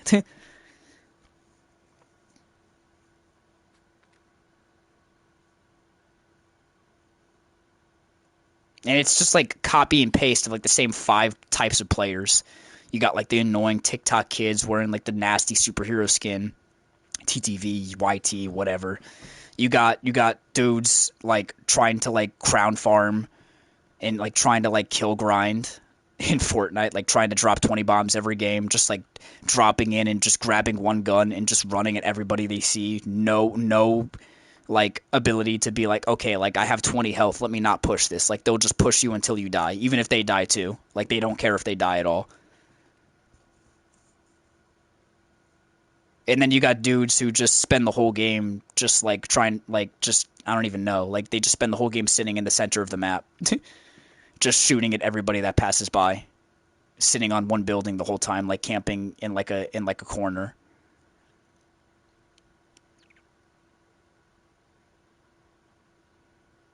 Blitz does what Reload was trying to do, but better. I like Blitz better than Reload, or I would if it wasn't for the fact that like the map is kind of lame and there's too many bots, and they also removed all the cool stuff like the medallions and like the different like that was kind of the appeal of Blitz and like the six stack and all that stuff. And well, just six stack is still in the game, I think actually. No, it's actually gone. It's actually gone unless they just like disable it temporarily at this time of night. So then they ruined Blitz as well. Like it's just like it's just bot city. There's no players.